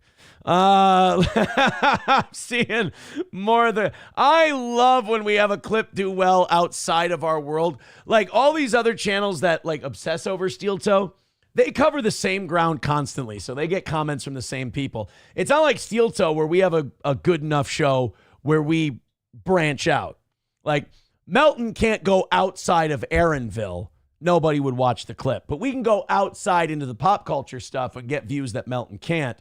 But when people first discover this show and they're not used to it, I'm really excited about their takes on the show, and especially the Sin City Manny thing. Here's Teresa Only. She writes, why do my comments need to be respectful if the content is disrespectful as fuck? Not only is this person a racist, he's making jokes about a serious situation where two people were unalived. This creator should probably watch his back. This YouTube life ain't for the weak and unarmed. We're making jokes about a couple of retards who shit-talk themselves into shooting at each other. Oh my God. Act like I'm the problem. One of the dipshits that fought on YouTube is dead and the other one's in jail. We got rid of at least one problem. But I'm the bad guy for making jokes about a clearly stupid, fucked up situation. Here's Brian Stowe. He simply writes, this channel is so racist. Mario writes, YouTuber gets killed and first thing you do is get on YouTube and say some racist stuff about it. Playing with fire. Not in this lifetime, Holmes. Boogies writes, I wouldn't think YouTube would allow this. X, yeah, but YouTube? What were we doing? I don't understand what we did that was so terrible. Let's go to Juan. Juan says, okay, these guys are whack. They're both Chucks. I don't even know what that means. And Epic YouTube writes, the comments on here are absolutely absurd. None of you know what the hell you're talking about. Hey, thank you, Epic YouTube. That's fantastic. And then the next person, Noel Carr in all caps, this is racists. Not this is racist. It's this is racists, plural. Which I think in itself is oddly kind of racist. So I got to be honest, as a shock jock, it's good to know that I've still got it. It's good to know that I can still rile them up the way I do. Oh, let's go to Red Scoper says Aaron is gay. I mean, fair, but why? Are you talking about Joey C's viral clip we did this morning? Sam Show writes, haha, they think you are racist. Right? That's what I always tell people. You think I'm racist? Come see my fans. People are insane. Red Scoper says, Aaron is too cowardly to say anything racist. Don't do that. That shit's not going to work. Mr. Beat says, you're holding the line, Mr. Aaron. I'm just trying to make silly jokes when we talk about big stories. I'm just glad that I can still rile them up, you know? Sometimes you shake off the old, you put back on the old shock jock jersey and you go, holy shit, I still got it. I can still let's go. $80 away from tonight's goal. Let's get in there and let's hammer that out. We're at the 45-minute mark. We're still looking good. Let's, up over 300 tonight. Hit like, hit subscribe, hit follow. Let's get in there and let's notch a win. So, we haven't checked in with the gals from The View lately. And a lot of you might say, well, that's fucking great. I hate those ladies. But, they serve an important purpose. To me, the ladies of The View serve the purpose of finding out what you don't want your postmenopausal mother or grandmother to end up like. So you watch The View so you can see the warning signs of crazy old bitch syndrome. And if you see your grandmother or your mother exhibiting symptoms of crazy old bitch syndrome, if you catch it early, you can reverse the effects. The ladies from The View, they're fucked. They're finished. Plus, it's made them very, very wealthy. They think that a civil war is going to start because of this Los Angeles stuff. I don't know if they know anything, but I don't think that civil war would go well for the left-handed side because the righties, as you know, have all the guns.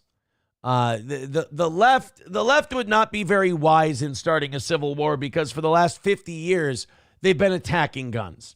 Guns have to go. Guns are bad. We need to ban assault weapons. Well, every time you guys kept jacking yourselves off talking about banning assault weapons, guess what the righties were doing?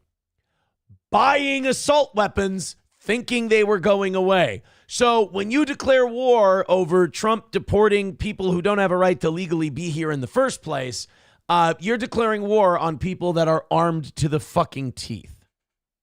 I don't know if that's going to work out the way you think it's going to work out. And I don't know if, wait, what's this? Oh, no. Somebody on Rumble says, what the fuck, advertisers? And it says, eat 1 teaspoon every night. See what happens a week later. Best wellness life. How am I getting wellness ads on my channel? By the way, become a member on Rumble. And you don't have to watch ads on our channel. That's pretty fucking sweet. So The View thinks that this thing that's going down in Los Angeles and Trump sending the National Guard in, it's going to cause a civil war. And you know what? I got to say, I think like usual, these ladies are in no way being dramatic, and they're hitting the nail right on the head. Let's check it out. Troops is a dangerous escalation. It's not about public safety. There's clearly no plan, and there is clearly no policy. Yeah, the Defense Department has the U.S. Wait. Isn't that the same mayor of Los Angeles who went to fucking Wakanda while Los Angeles was on fire? Isn't that the lady who just wasn't there? And then when she got back, she fired the fire chief. She went, well, somebody's got to be held accountable for this. Can't be me. I wasn't in the country. I'll fire the fire chief. Great. Marines on high alert right now. Now, is it warranted or does this sort of escalate the situation? I mean, whatever happened to states' rights? I thought that was what you did. Wait, I thought states' rights. Okay. Oh, God, this is so rich. What happened to states' rights? All right, you want to talk about abortion? Oh, we're not talking about states' rights on that issue. Only when it comes to a bunch of people burning down their fucking city and having no semblance of law and order and people running amok on the public streets of Los Angeles. Then we need to have states' rights. But when it comes to things like abortion, no, that can't be states' rights. When it comes to gun laws, no, that can't be states' rights. We got to have universal national laws and bans. So and by the way, it's so fucking see-through. No matter what Trump does with this LA thing, they were going to give him shit. And that's the ugliest part about our politics is the people who can't give the other side any kind of credit. There were some things Obama did that were good. There are things Trump does that are good. There's things Bush did that were good. A lot of them didn't get done, like privatizing Social Security. But if let's say Trump didn't involve the National Guard. Let's say Trump didn't have the Marines on ready for these violent, fiery protests that are going on in Los Angeles. I'm sorry, mostly peaceful. Let's say he did nothing. You don't think The View would go on TV today and go, why isn't Trump doing anything? He has the federal power to, send the National Guard in and, send in the Marines and do something to restore order. What, is he doing this to punish California for being a blue state? Why won't he help Gavin Newsom? Same thing. Remember when the California wildfire started, they tried to blame Trump. What about a federal response to this? So forgive me if I find this to be disingenuous, because the minute I start seeing lefties making states' rights arguments, I start to get skeptical. Because you tell the state, this is what we're thinking of doing. You don't just send people in. You don't just send troops in. But what do I know? I've never run a state. Okay, yeah, actually, you know what? Let's go with that next time. What would I know? I've never run a state. I mean, you lived in California long enough to know that you guys are going to fuck this up. You don't have to flip forward a few pages to find out how this story ends if we leave California to its own devices. California left to its own devices in a race riot will be 1,000,000 times worse than Minneapolis was for George Floyd. Because while our government waited like 5 days to call up the National Guard, I don't think Newsom would ever call up the Guard. I don't think Newsom would do much at all to upset his constituents by interrupting this protest. I mean, California Democrats already don't give a fuck about working people, so they don't care if the roads are blocked. But I don't really, when you come in and when you go into the donut shop to look for people and you're dressed in tactical gear, you're creating an issue. The people fucking setting cars on fire, looting buildings, those people aren't creating an issue? I gotta be honest, if I'm in Los Angeles and cars are being set on fire and stores are being looted, and all of a sudden I see a military guy in fatigues coming into the area, I go, thank Christ, maybe we'll restore some order here. You're creating a problem. You want people to come. You've scared them.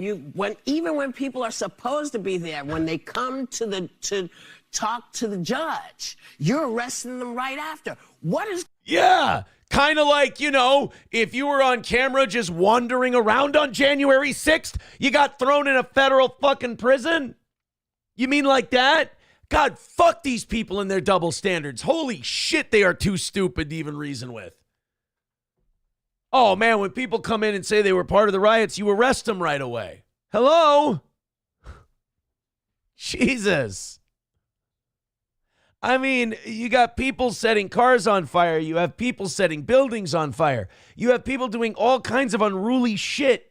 And you're going to say that the people coming in to restore order are making the situation worse? Like if we just left these poor perfect angels to their own devices, as soon as the sun went down, they'd all go home and they wouldn't cause any trouble.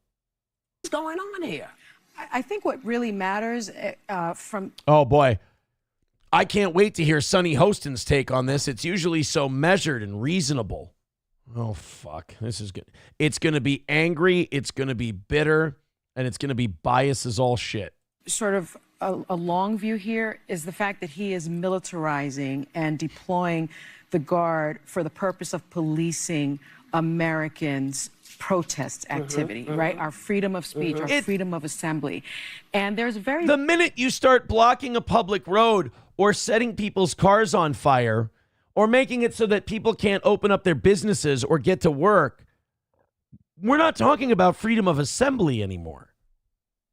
Big, stark demarcation between military troops and law enforcement, public law enforcement, civilian law enforcement. Right. What about when law enforcement is overwhelmed and law enforcement cannot restore order? And you are an army turned inside to police its citizens can cause chaos, fascism. And so I think that's the way. War. And civil war. Yeah. I think that's the way. Oh, civil war. All right. You know what? I actually agree with the ladies from The View. Donald, pull him the fuck out. It's about time anyway, isn't it? Isn't it about time to let that fucking shithole finally have the cleansing fire it apparently needs? Jesus Christ. I'm just tired of kissing California's ass. I'm tired of every time California needs something, here we come, and then it's never good enough. California, here we come right back where we started from. No. You know what? Maybe this is the time. Maybe we should just pull back from California, pull back from Los Angeles, let them handle it themselves. Let's see how fucking bad it gets. Way we need to look at it, because now the ladies of The View have changed my opinion. I agree. If you're going to try and restore order as the federal government and they're going to say it's fascism, it's civil war, all right, fuck it, we're out. We tried to help. Good luck with Gavin Newsom. He doesn't want to go arrest any of those people. He doesn't want to go stop any of those people. Those are his voters. Deploying the National Guard is supposed to be a last resort. But what this president is doing is that he's saying he's going to deploy them anywhere in this country where there is protests. So that is certainly not a last resort use of military troops. You can't win with, even with the George Floyd protests. Do you remember the George Floyd protests when Mayor Jacob Fry of Minnesota, Mayor Fry went in to go and speak to the crowd. And Mayor Fry is he's a good, decent, liberal, big-time lefty guy, right? He's a big-time lefty, liberal. He's an ally. He's an ally to the minorities and all these other communities. He went down there to go speak to people, and they booed him the fuck off the stage.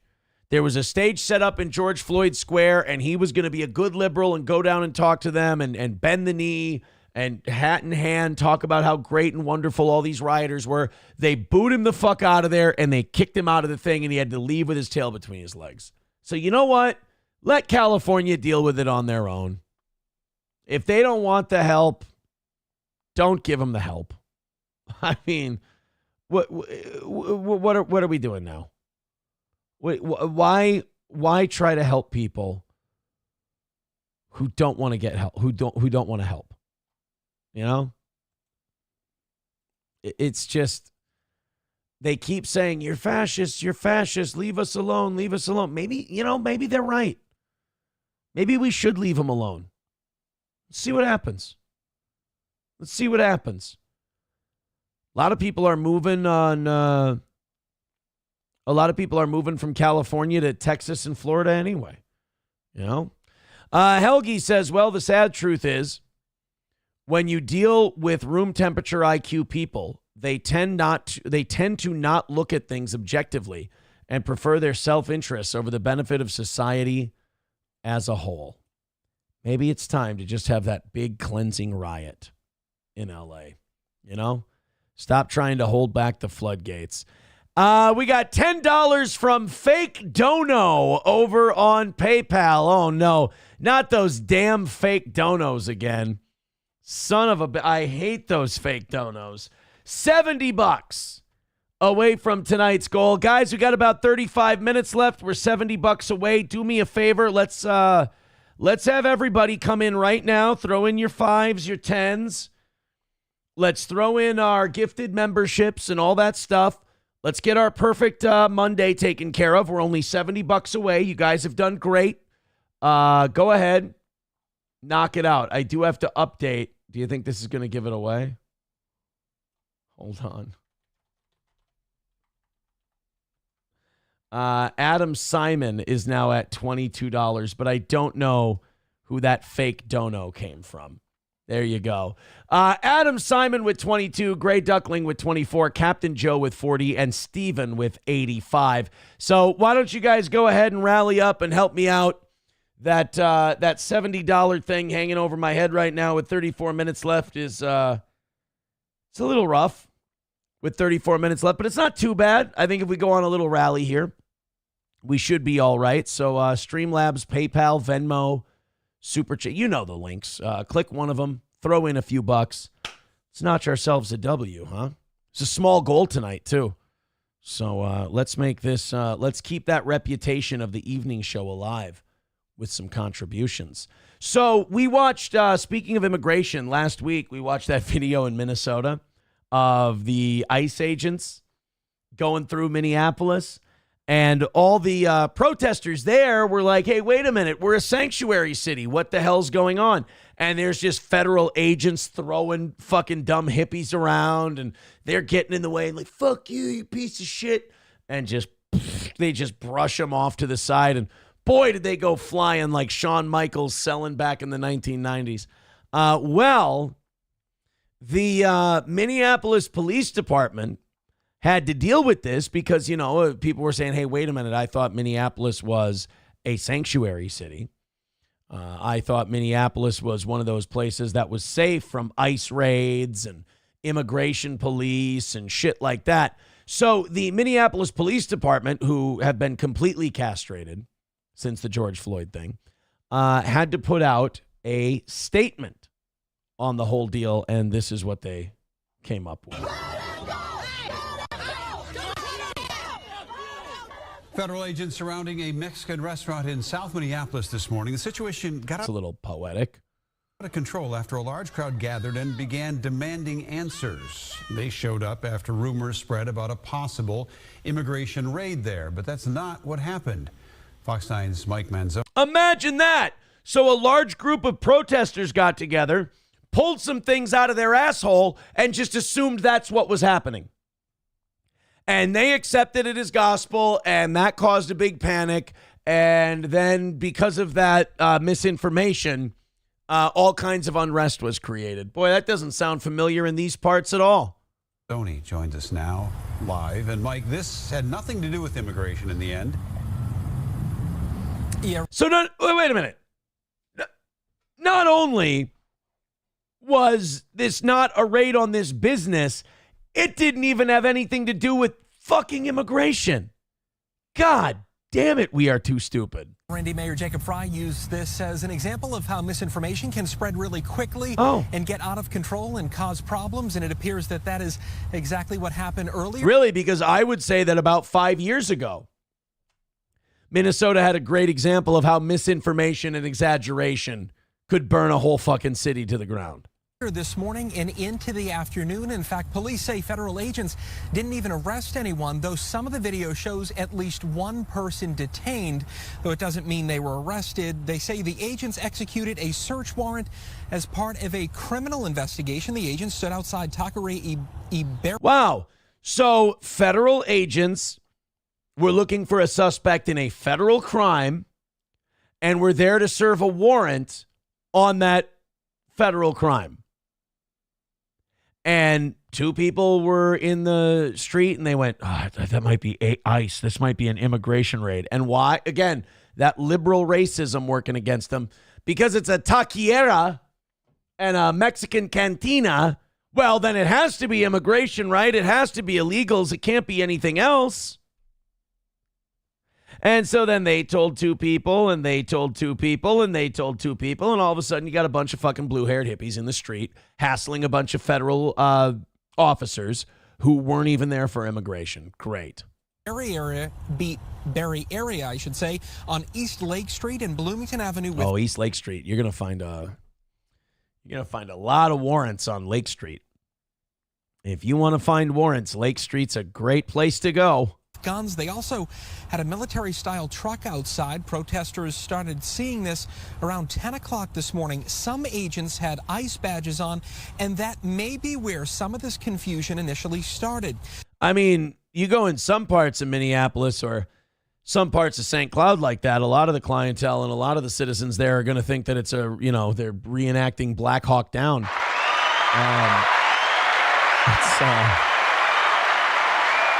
Well, the times they are a-changin'. The investigation centered on drugs and money laundering, but that's all we really know at this point. Deputies say they worked with the feds on the investigation and that this was just one of several search warrants they executed today throughout the metro as part of that investigation. I mean, I get why ICE was there now. Like, if you're serving a warrant about drugs and you're serving a warrant about money laundering and shit like that. I mean, cartels, it could be related. You might find some illegals. Police say they just showed up to handle the crowd that gathered, and that crowd seemed to be under the impression that this was an ICE raid. The sheriff's office reiterated that although it does work with the feds on criminal investigations, as was the case here, it is not involved in any civil immigration enforcement. Right, because we're a sanctuary city. So our local law enforcement does not work with federal law enforcement on immigration raids, which is great. So the law can't be properly enforced with the help of the local police. And also, let's break it down this way too. What if they were there for an immigration raid? If people are there illegally, they have a right to go in and deport them. That's how the shit works. So I don't care if these people were mistaken and they did think it was an immigration raid. They still should have stayed the fuck back. But, you know, we don't live in civilized times, for goodness sake. All right, let's go through the chat. Hopefully you guys feel like dropping in some memberships. Hopefully you feel like dropping some in. We're $70 away. We're $25 away, or 25 minutes away from an L. I mean, the morning show took care of business. And now we got the evening show with a $150 goal, barely getting halfway through. Let's rally up here, guys. It is time. It's time to hammer this thing out and call it a win for the toe. You're starting to make me nervous here a little bit. Yankee says, Fry is just a skinny, white East Coast cuck. It feels like he's been there forever, too. Like, it really feels like Jacob Fry has been the mayor of Minneapolis for an inordinately long time. Although, like, I'm sure it's the normal amount of time, but fuck, it really feels like forever. Rusty Grammer says, fuck them for messing with the legal Mexican restaurant, too. We love our legal Mexicans here. Well, they were there to serve a arrest warrant on money laundering and drug trafficking. I mean, that's, you know, that's legit. Helgi says, dude, you need to realize these news coverages aren't accidents. Well, yeah, no shit. Leah says, at least Mexicans actually work. Puerto Ricans are lazy as fuck. Hey, guys, you're not helping the comment section of the new people coming to the channel today because of the City Manny video. You're not helping their view of us as a racist show. Like, if I look at the latest new comments, you don't know what you're talking about. Oh, there's no more of the racist ones, are there? Oh, there's people laughing now. No, there's people who are on our side now. This isn't good. This person with laughing faces. This person saying, you're right, most tourists are scared to be deported. That's why tourism has been down in America. What the fuck? This person says, yo, these dudes are hilarious. God damn it. Loaded Wrench says, quick errand, do a magic trick. No, stop leaving comments that say we're really funny. I was liking the ones that were saying we're shit heels and we're awful and we're racist and all that stuff. We're at about 6K on that one, by the way. Nice. Keep sharing that one around. Keep hitting like or dislike, you know. Interact with the video, I suppose. I'll tell you this, we're fucked over here on our end. This was a rough evening show. We got about 25 minutes left. We are down 70 and hoping not to fuck this up.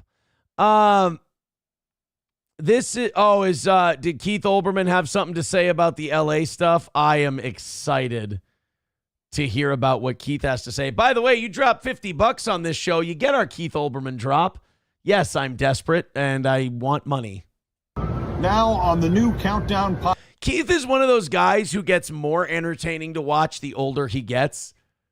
I don't know, like Keith looks crazier as he ages, and I like that. I find Keith Olbermann very, very entertaining.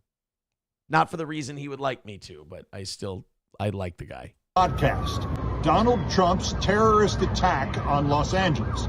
Doesn't it always, by the way, I love how the ladies from The View can get me all worked up, and I'm like, fuck you, you don't know what you're talking about. But when it's Olbermann, I'm just like, oh, grandpa, he's just cute. Doesn't it always look like he's out on a balcony at a room in a mental institution?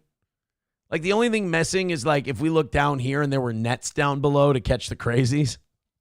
Like Keith always looks like he's probably wearing slippers. He snuck out to the balcony because he wanted to make a video for his audience while he chills out in the home. His terrorist threat against the rest of America. What else do you call it? Trying to put down a bunch of crazy fucking hippies and illegals from smashing the place up.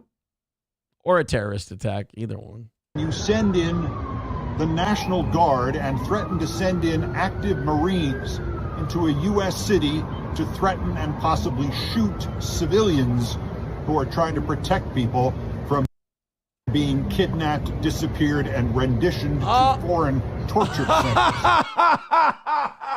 Oh, that is good spin, Keith. There's the Keith Olbermann I missed. There's the flair that the girls from The View don't have, is the propaganda spin that old Keith gives us. Oh, I missed that, Keith. Oh, that's what, see, I figured it out. That's why I can tolerate him, but not The View. Those people aren't rioters. They're just people protecting people from being kidnapped and renditioned to a foreign country. Yes, if by kidnapped and renditioned to a foreign country, you mean arrested for being here illegally and sent back to their home fucking country, then yeah, we're kidnapping and renditioning. Oh, and if by citizens protecting other citizens, you mean a bunch of other illegals protesting so they don't get arrested and sent back the fuck home, then yes, Keith, I agree with you. These are people trying to protect people from being kidnapped and renditioned. Holy shit, is he good at that? How has MSNBC not brought him back? It is the actual definition of terrorism, the attempt to make political change by violence or the threat of violence. Really? So that's what we're doing. It's terrorism. You heard it here first, folks. Trying to enforce immigration laws that we have on our books is now terrorism. What we should do, this is the tyranny of Democrats, by the way. Their solution is what we should do is leave all these blue state government-dependent illegals in the country, and that's not enough. We should give them citizenship and the right to vote. Oh, wonder who that would benefit. Make no mistake what this is. It is Donald Trump's terrorist attack on Los Angeles. Oh, fuck, we should stop him. Now, so there's Keith Olbermann saying that's the skinny. That's what's going on there in L.A. By the way, some people are pointing out that the, what do you call it? The Los Angeles stuff, like all these riots and the immigration stuff, that you can kind of thank Reagan for it, since Reagan granted amnesty back in 1986, and they're not wrong. Like, Reagan did have a lot to do with why immigration got as bad as it did, because he thought it would be a good idea. Reagan didn't want to go and like hunt down every illegal that was here, so he went, you know what? I snapped my fingers, they're legal now. And I don't know if that was the most prudent decision that we've ever made. I think that maybe that was a bit hasty. Oh, hey, look at that. We've got Leah with $25 over on Venmo. Drop her a Hogan. We want the gold, sucker. Hulk Hogan, we coming for you, nigga. And Leah is also now on the board. Leah has just knocked Adam Simon off the board and moved Gray Duckling. I always spell Leah's name wrong. Leah. There we go. And there's 25 from her. That's going to put Gray Duckling in fourth with 24. And Adam Simon just got bumped out of the top four by that lady And that's going to put us $45 away from tonight's goal. Look at the late rallies all the time for the toe. We got $10 here, but I don't want to say real names. I'm sure I think it's Camel Toe with $10. No, I'm sorry. Bad News Barrett with $10. Thank you. Oh, Bad News Barrett with $10. Well, then in that case. But I'm afraid I've got some bad news. Hey, guys, $35 away from tonight's goal. Let's go. Let's finish it off. What did I say? $35 away from tonight. 18 minutes left to go. We're right there, knocking on the door. Thank you very much. Let's get that last 35 in and call it a win for the toe. Let's see. Shut the fuck up, Odor Woman. It's Olbermann, not Odor Woman. Rusty Grammar says he sucks dick, but I hope he lives to 120. I don't know. I'm going to be sad when Keith Olbermann kicks the bucket. I like Keith. I find Keith Olbermann entertaining as all hell, and I'm not sorry.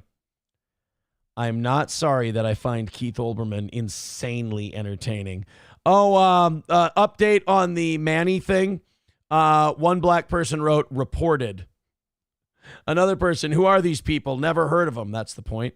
Another person writes, why are people on YouTube comments so soft? No, don't compliment us in the comments. We're shock jocks. Gray Duckling says, I expect Keith to bring out a piano and sing. They probably have one at the facility he's at. McBuster says, Keith Olbermann's fucked a chicken or at least a pie or two. Hey, allegedly. Allegedly. Gray Duckling says he's an old grumpy Randy Newman. Well, then you mean he's Randy Newman. Taste Ferry Ialto says, does Keith still live in the Trump building? No. He got the fuck out of there. He got the fuck out of there in good time. Oh, look at Chad Zumock. He says, knocking on Toe's back door. Hey, Zumock, you missed all of our Chad Zumock talk today. I was hoping you were going to be here at the top of the show to check out the little, what do you call it? The Zumach talk, as it were. Shit. Maybe next time. All right, 35 away from getting this all hammered out. Let's do this $5 or $10 at a time, or just fuck it and do 35 at a time. That's cool too. Oh, wait a minute. Adam Simon with another $10. He wants to get back up into the top 10, and he just kicked out Gray Duckling. And he leapfrogged Leah. So Adam Simon with $10. That's going to put him at 32. And that's good enough for third place. That puts Leah in fourth with 25 and Gray Duckling on the outside looking in with 24. And now we're just 25 away from today's goal. We're just 25 away from knocking it out. Zumock says, shit, I was busy. I will have to watch it back. Chad's a dumbass. We actually used some of your stuff. Believe it or not. We used one of your clips. Thank you very much.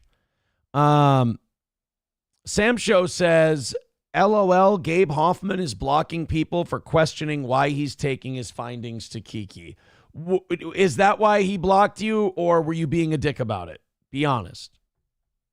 Be honest, because I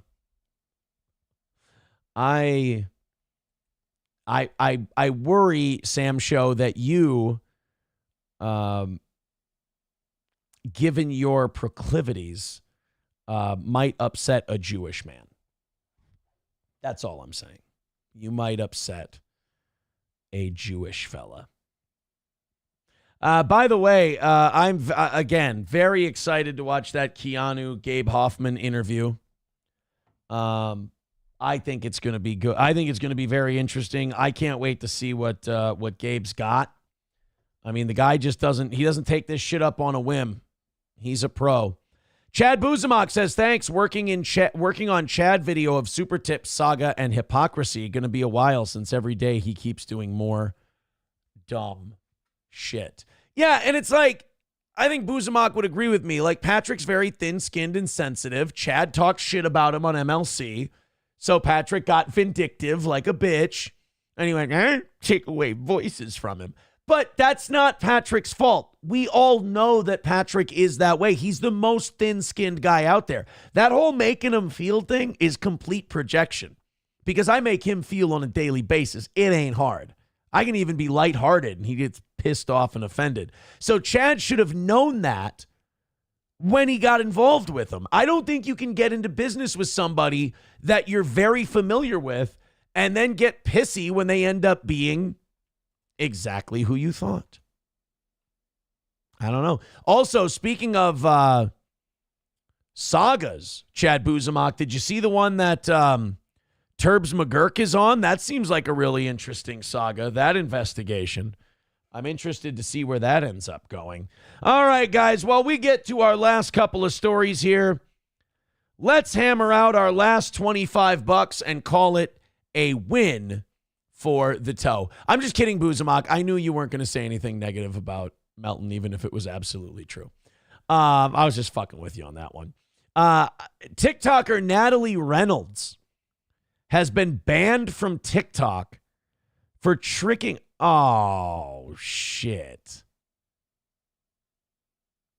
So this dirty little blonde bitch on TikTok told this mentally ill homeless woman to jump into a lake and promised her $20 if she would.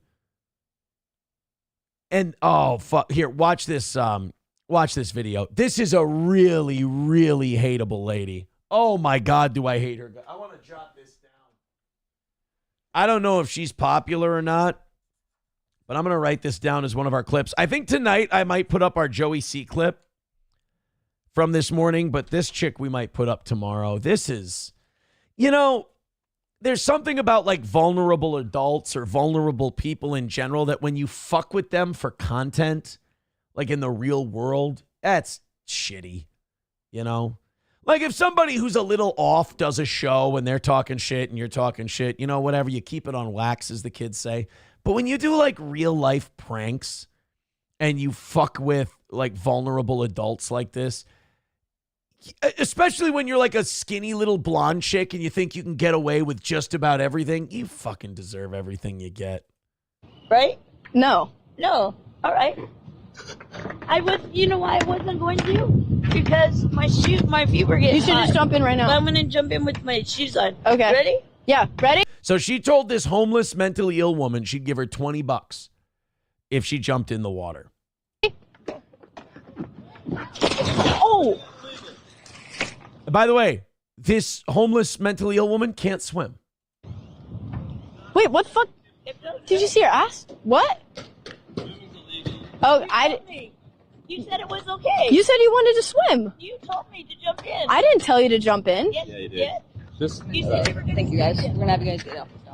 Wait, who is that? The fuck is going on? So it's apparently illegal to jump off that dock and go swimming, because I'm guessing it's like a pier where boats come in. It's a dock where boats come in, so you can't have people, if they're up to their head in water, a boat misses them, they're going to get clocked. I can't swim. I can only float. Oh, she might literally die. No, stop. Seriously, don't stop. Please, you're actually freaking me out. Oh, fuck you. Oh, you're freaked out. You told a mentally ill homeless woman to jump in the water for $20 and then you ran away. She couldn't swim. And now, oh, stop, guys. I can't even. You're freaking me out. You deserve to be freaked out. They should throw her ass in there and have to pull her in. No, please. Please, God. No, she's floating. She's drowning. I'm gonna fucking kill myself. She thinks she's drowning. Oh, this is bad.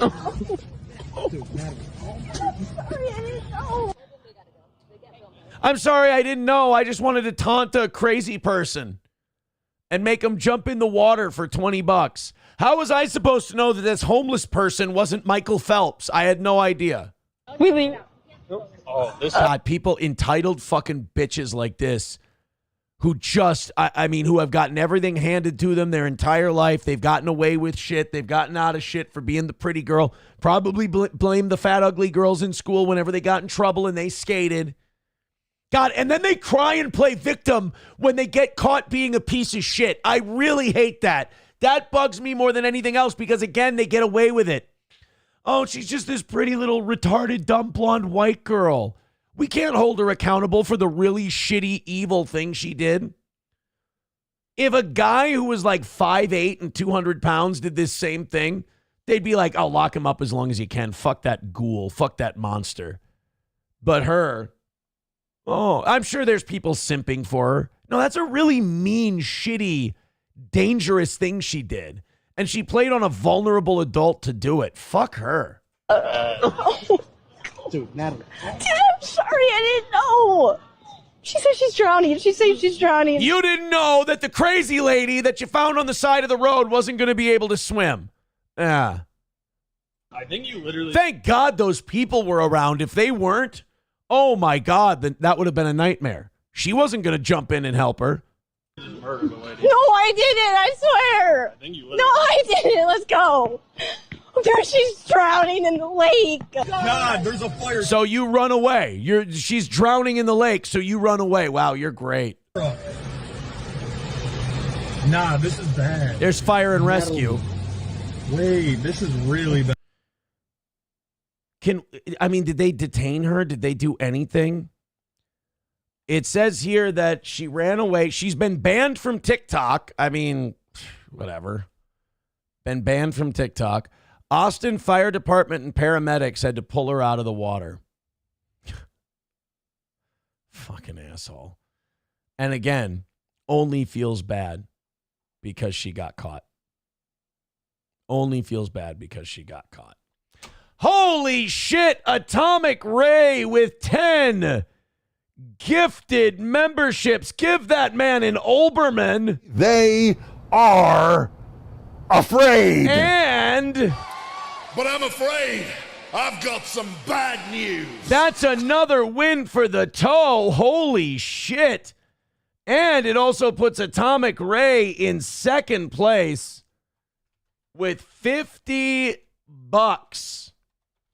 Atomic Ray with a 50. Now Captain Joe is in third with 40. Adam Simon is in fourth with 32.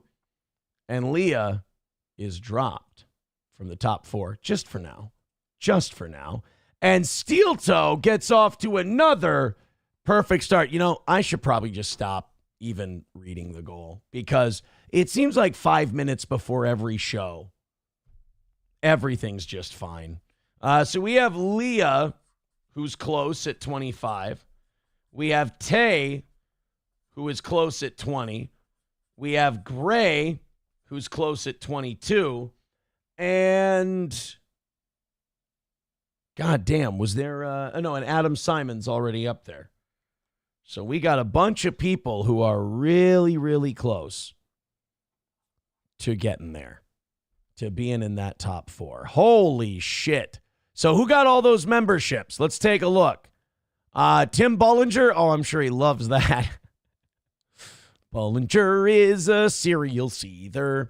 Rexstart parody account got one. Dub got one. Yankee got one. Then there we go. April's missing orgasm. Suicide jockey. I think that's it. That's all the gifted memberships. Chad Zumock says, is this any different in the way you use the mentally ill like Kiki? Hey, be nice. Kiki is not mentally ill, not in the least. How dare you? I want you to take that back right now. Or I'm going to throw you in fucking Guantanamo Bay. Do you understand me? Do you understand me? If you jump off a bridge for $20 and you do it and die, I'm not going to feel bad. If anything, I feel like I just saved us one more dumbass.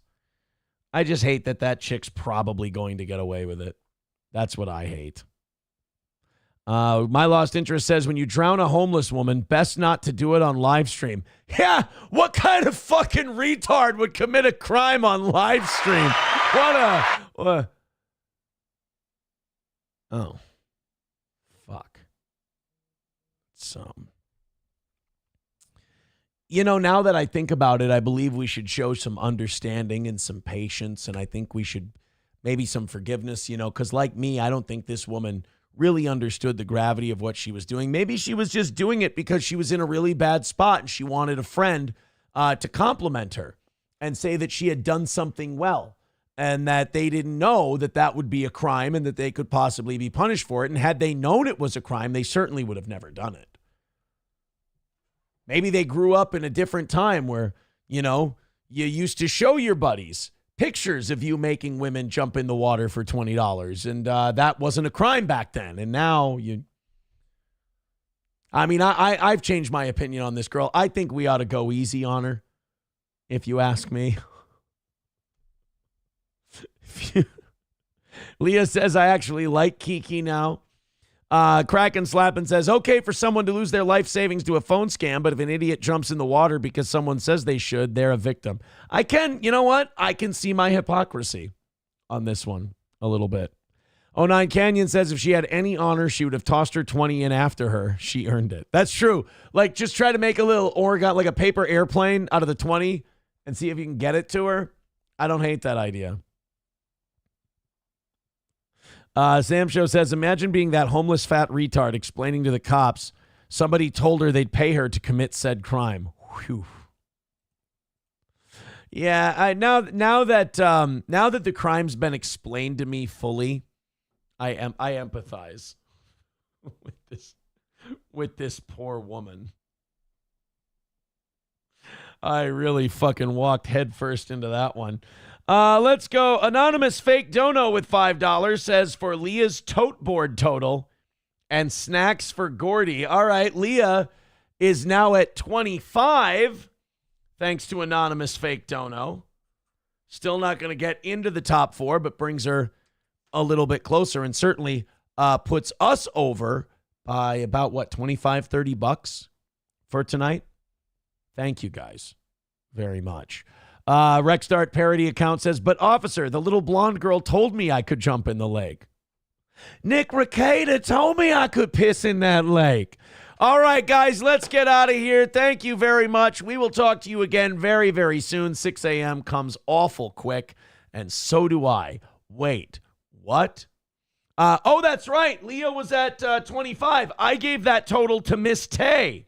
I apologize. So Tay is still at 20. Leah is at 30. That's my bad. I gave that to the wrong person.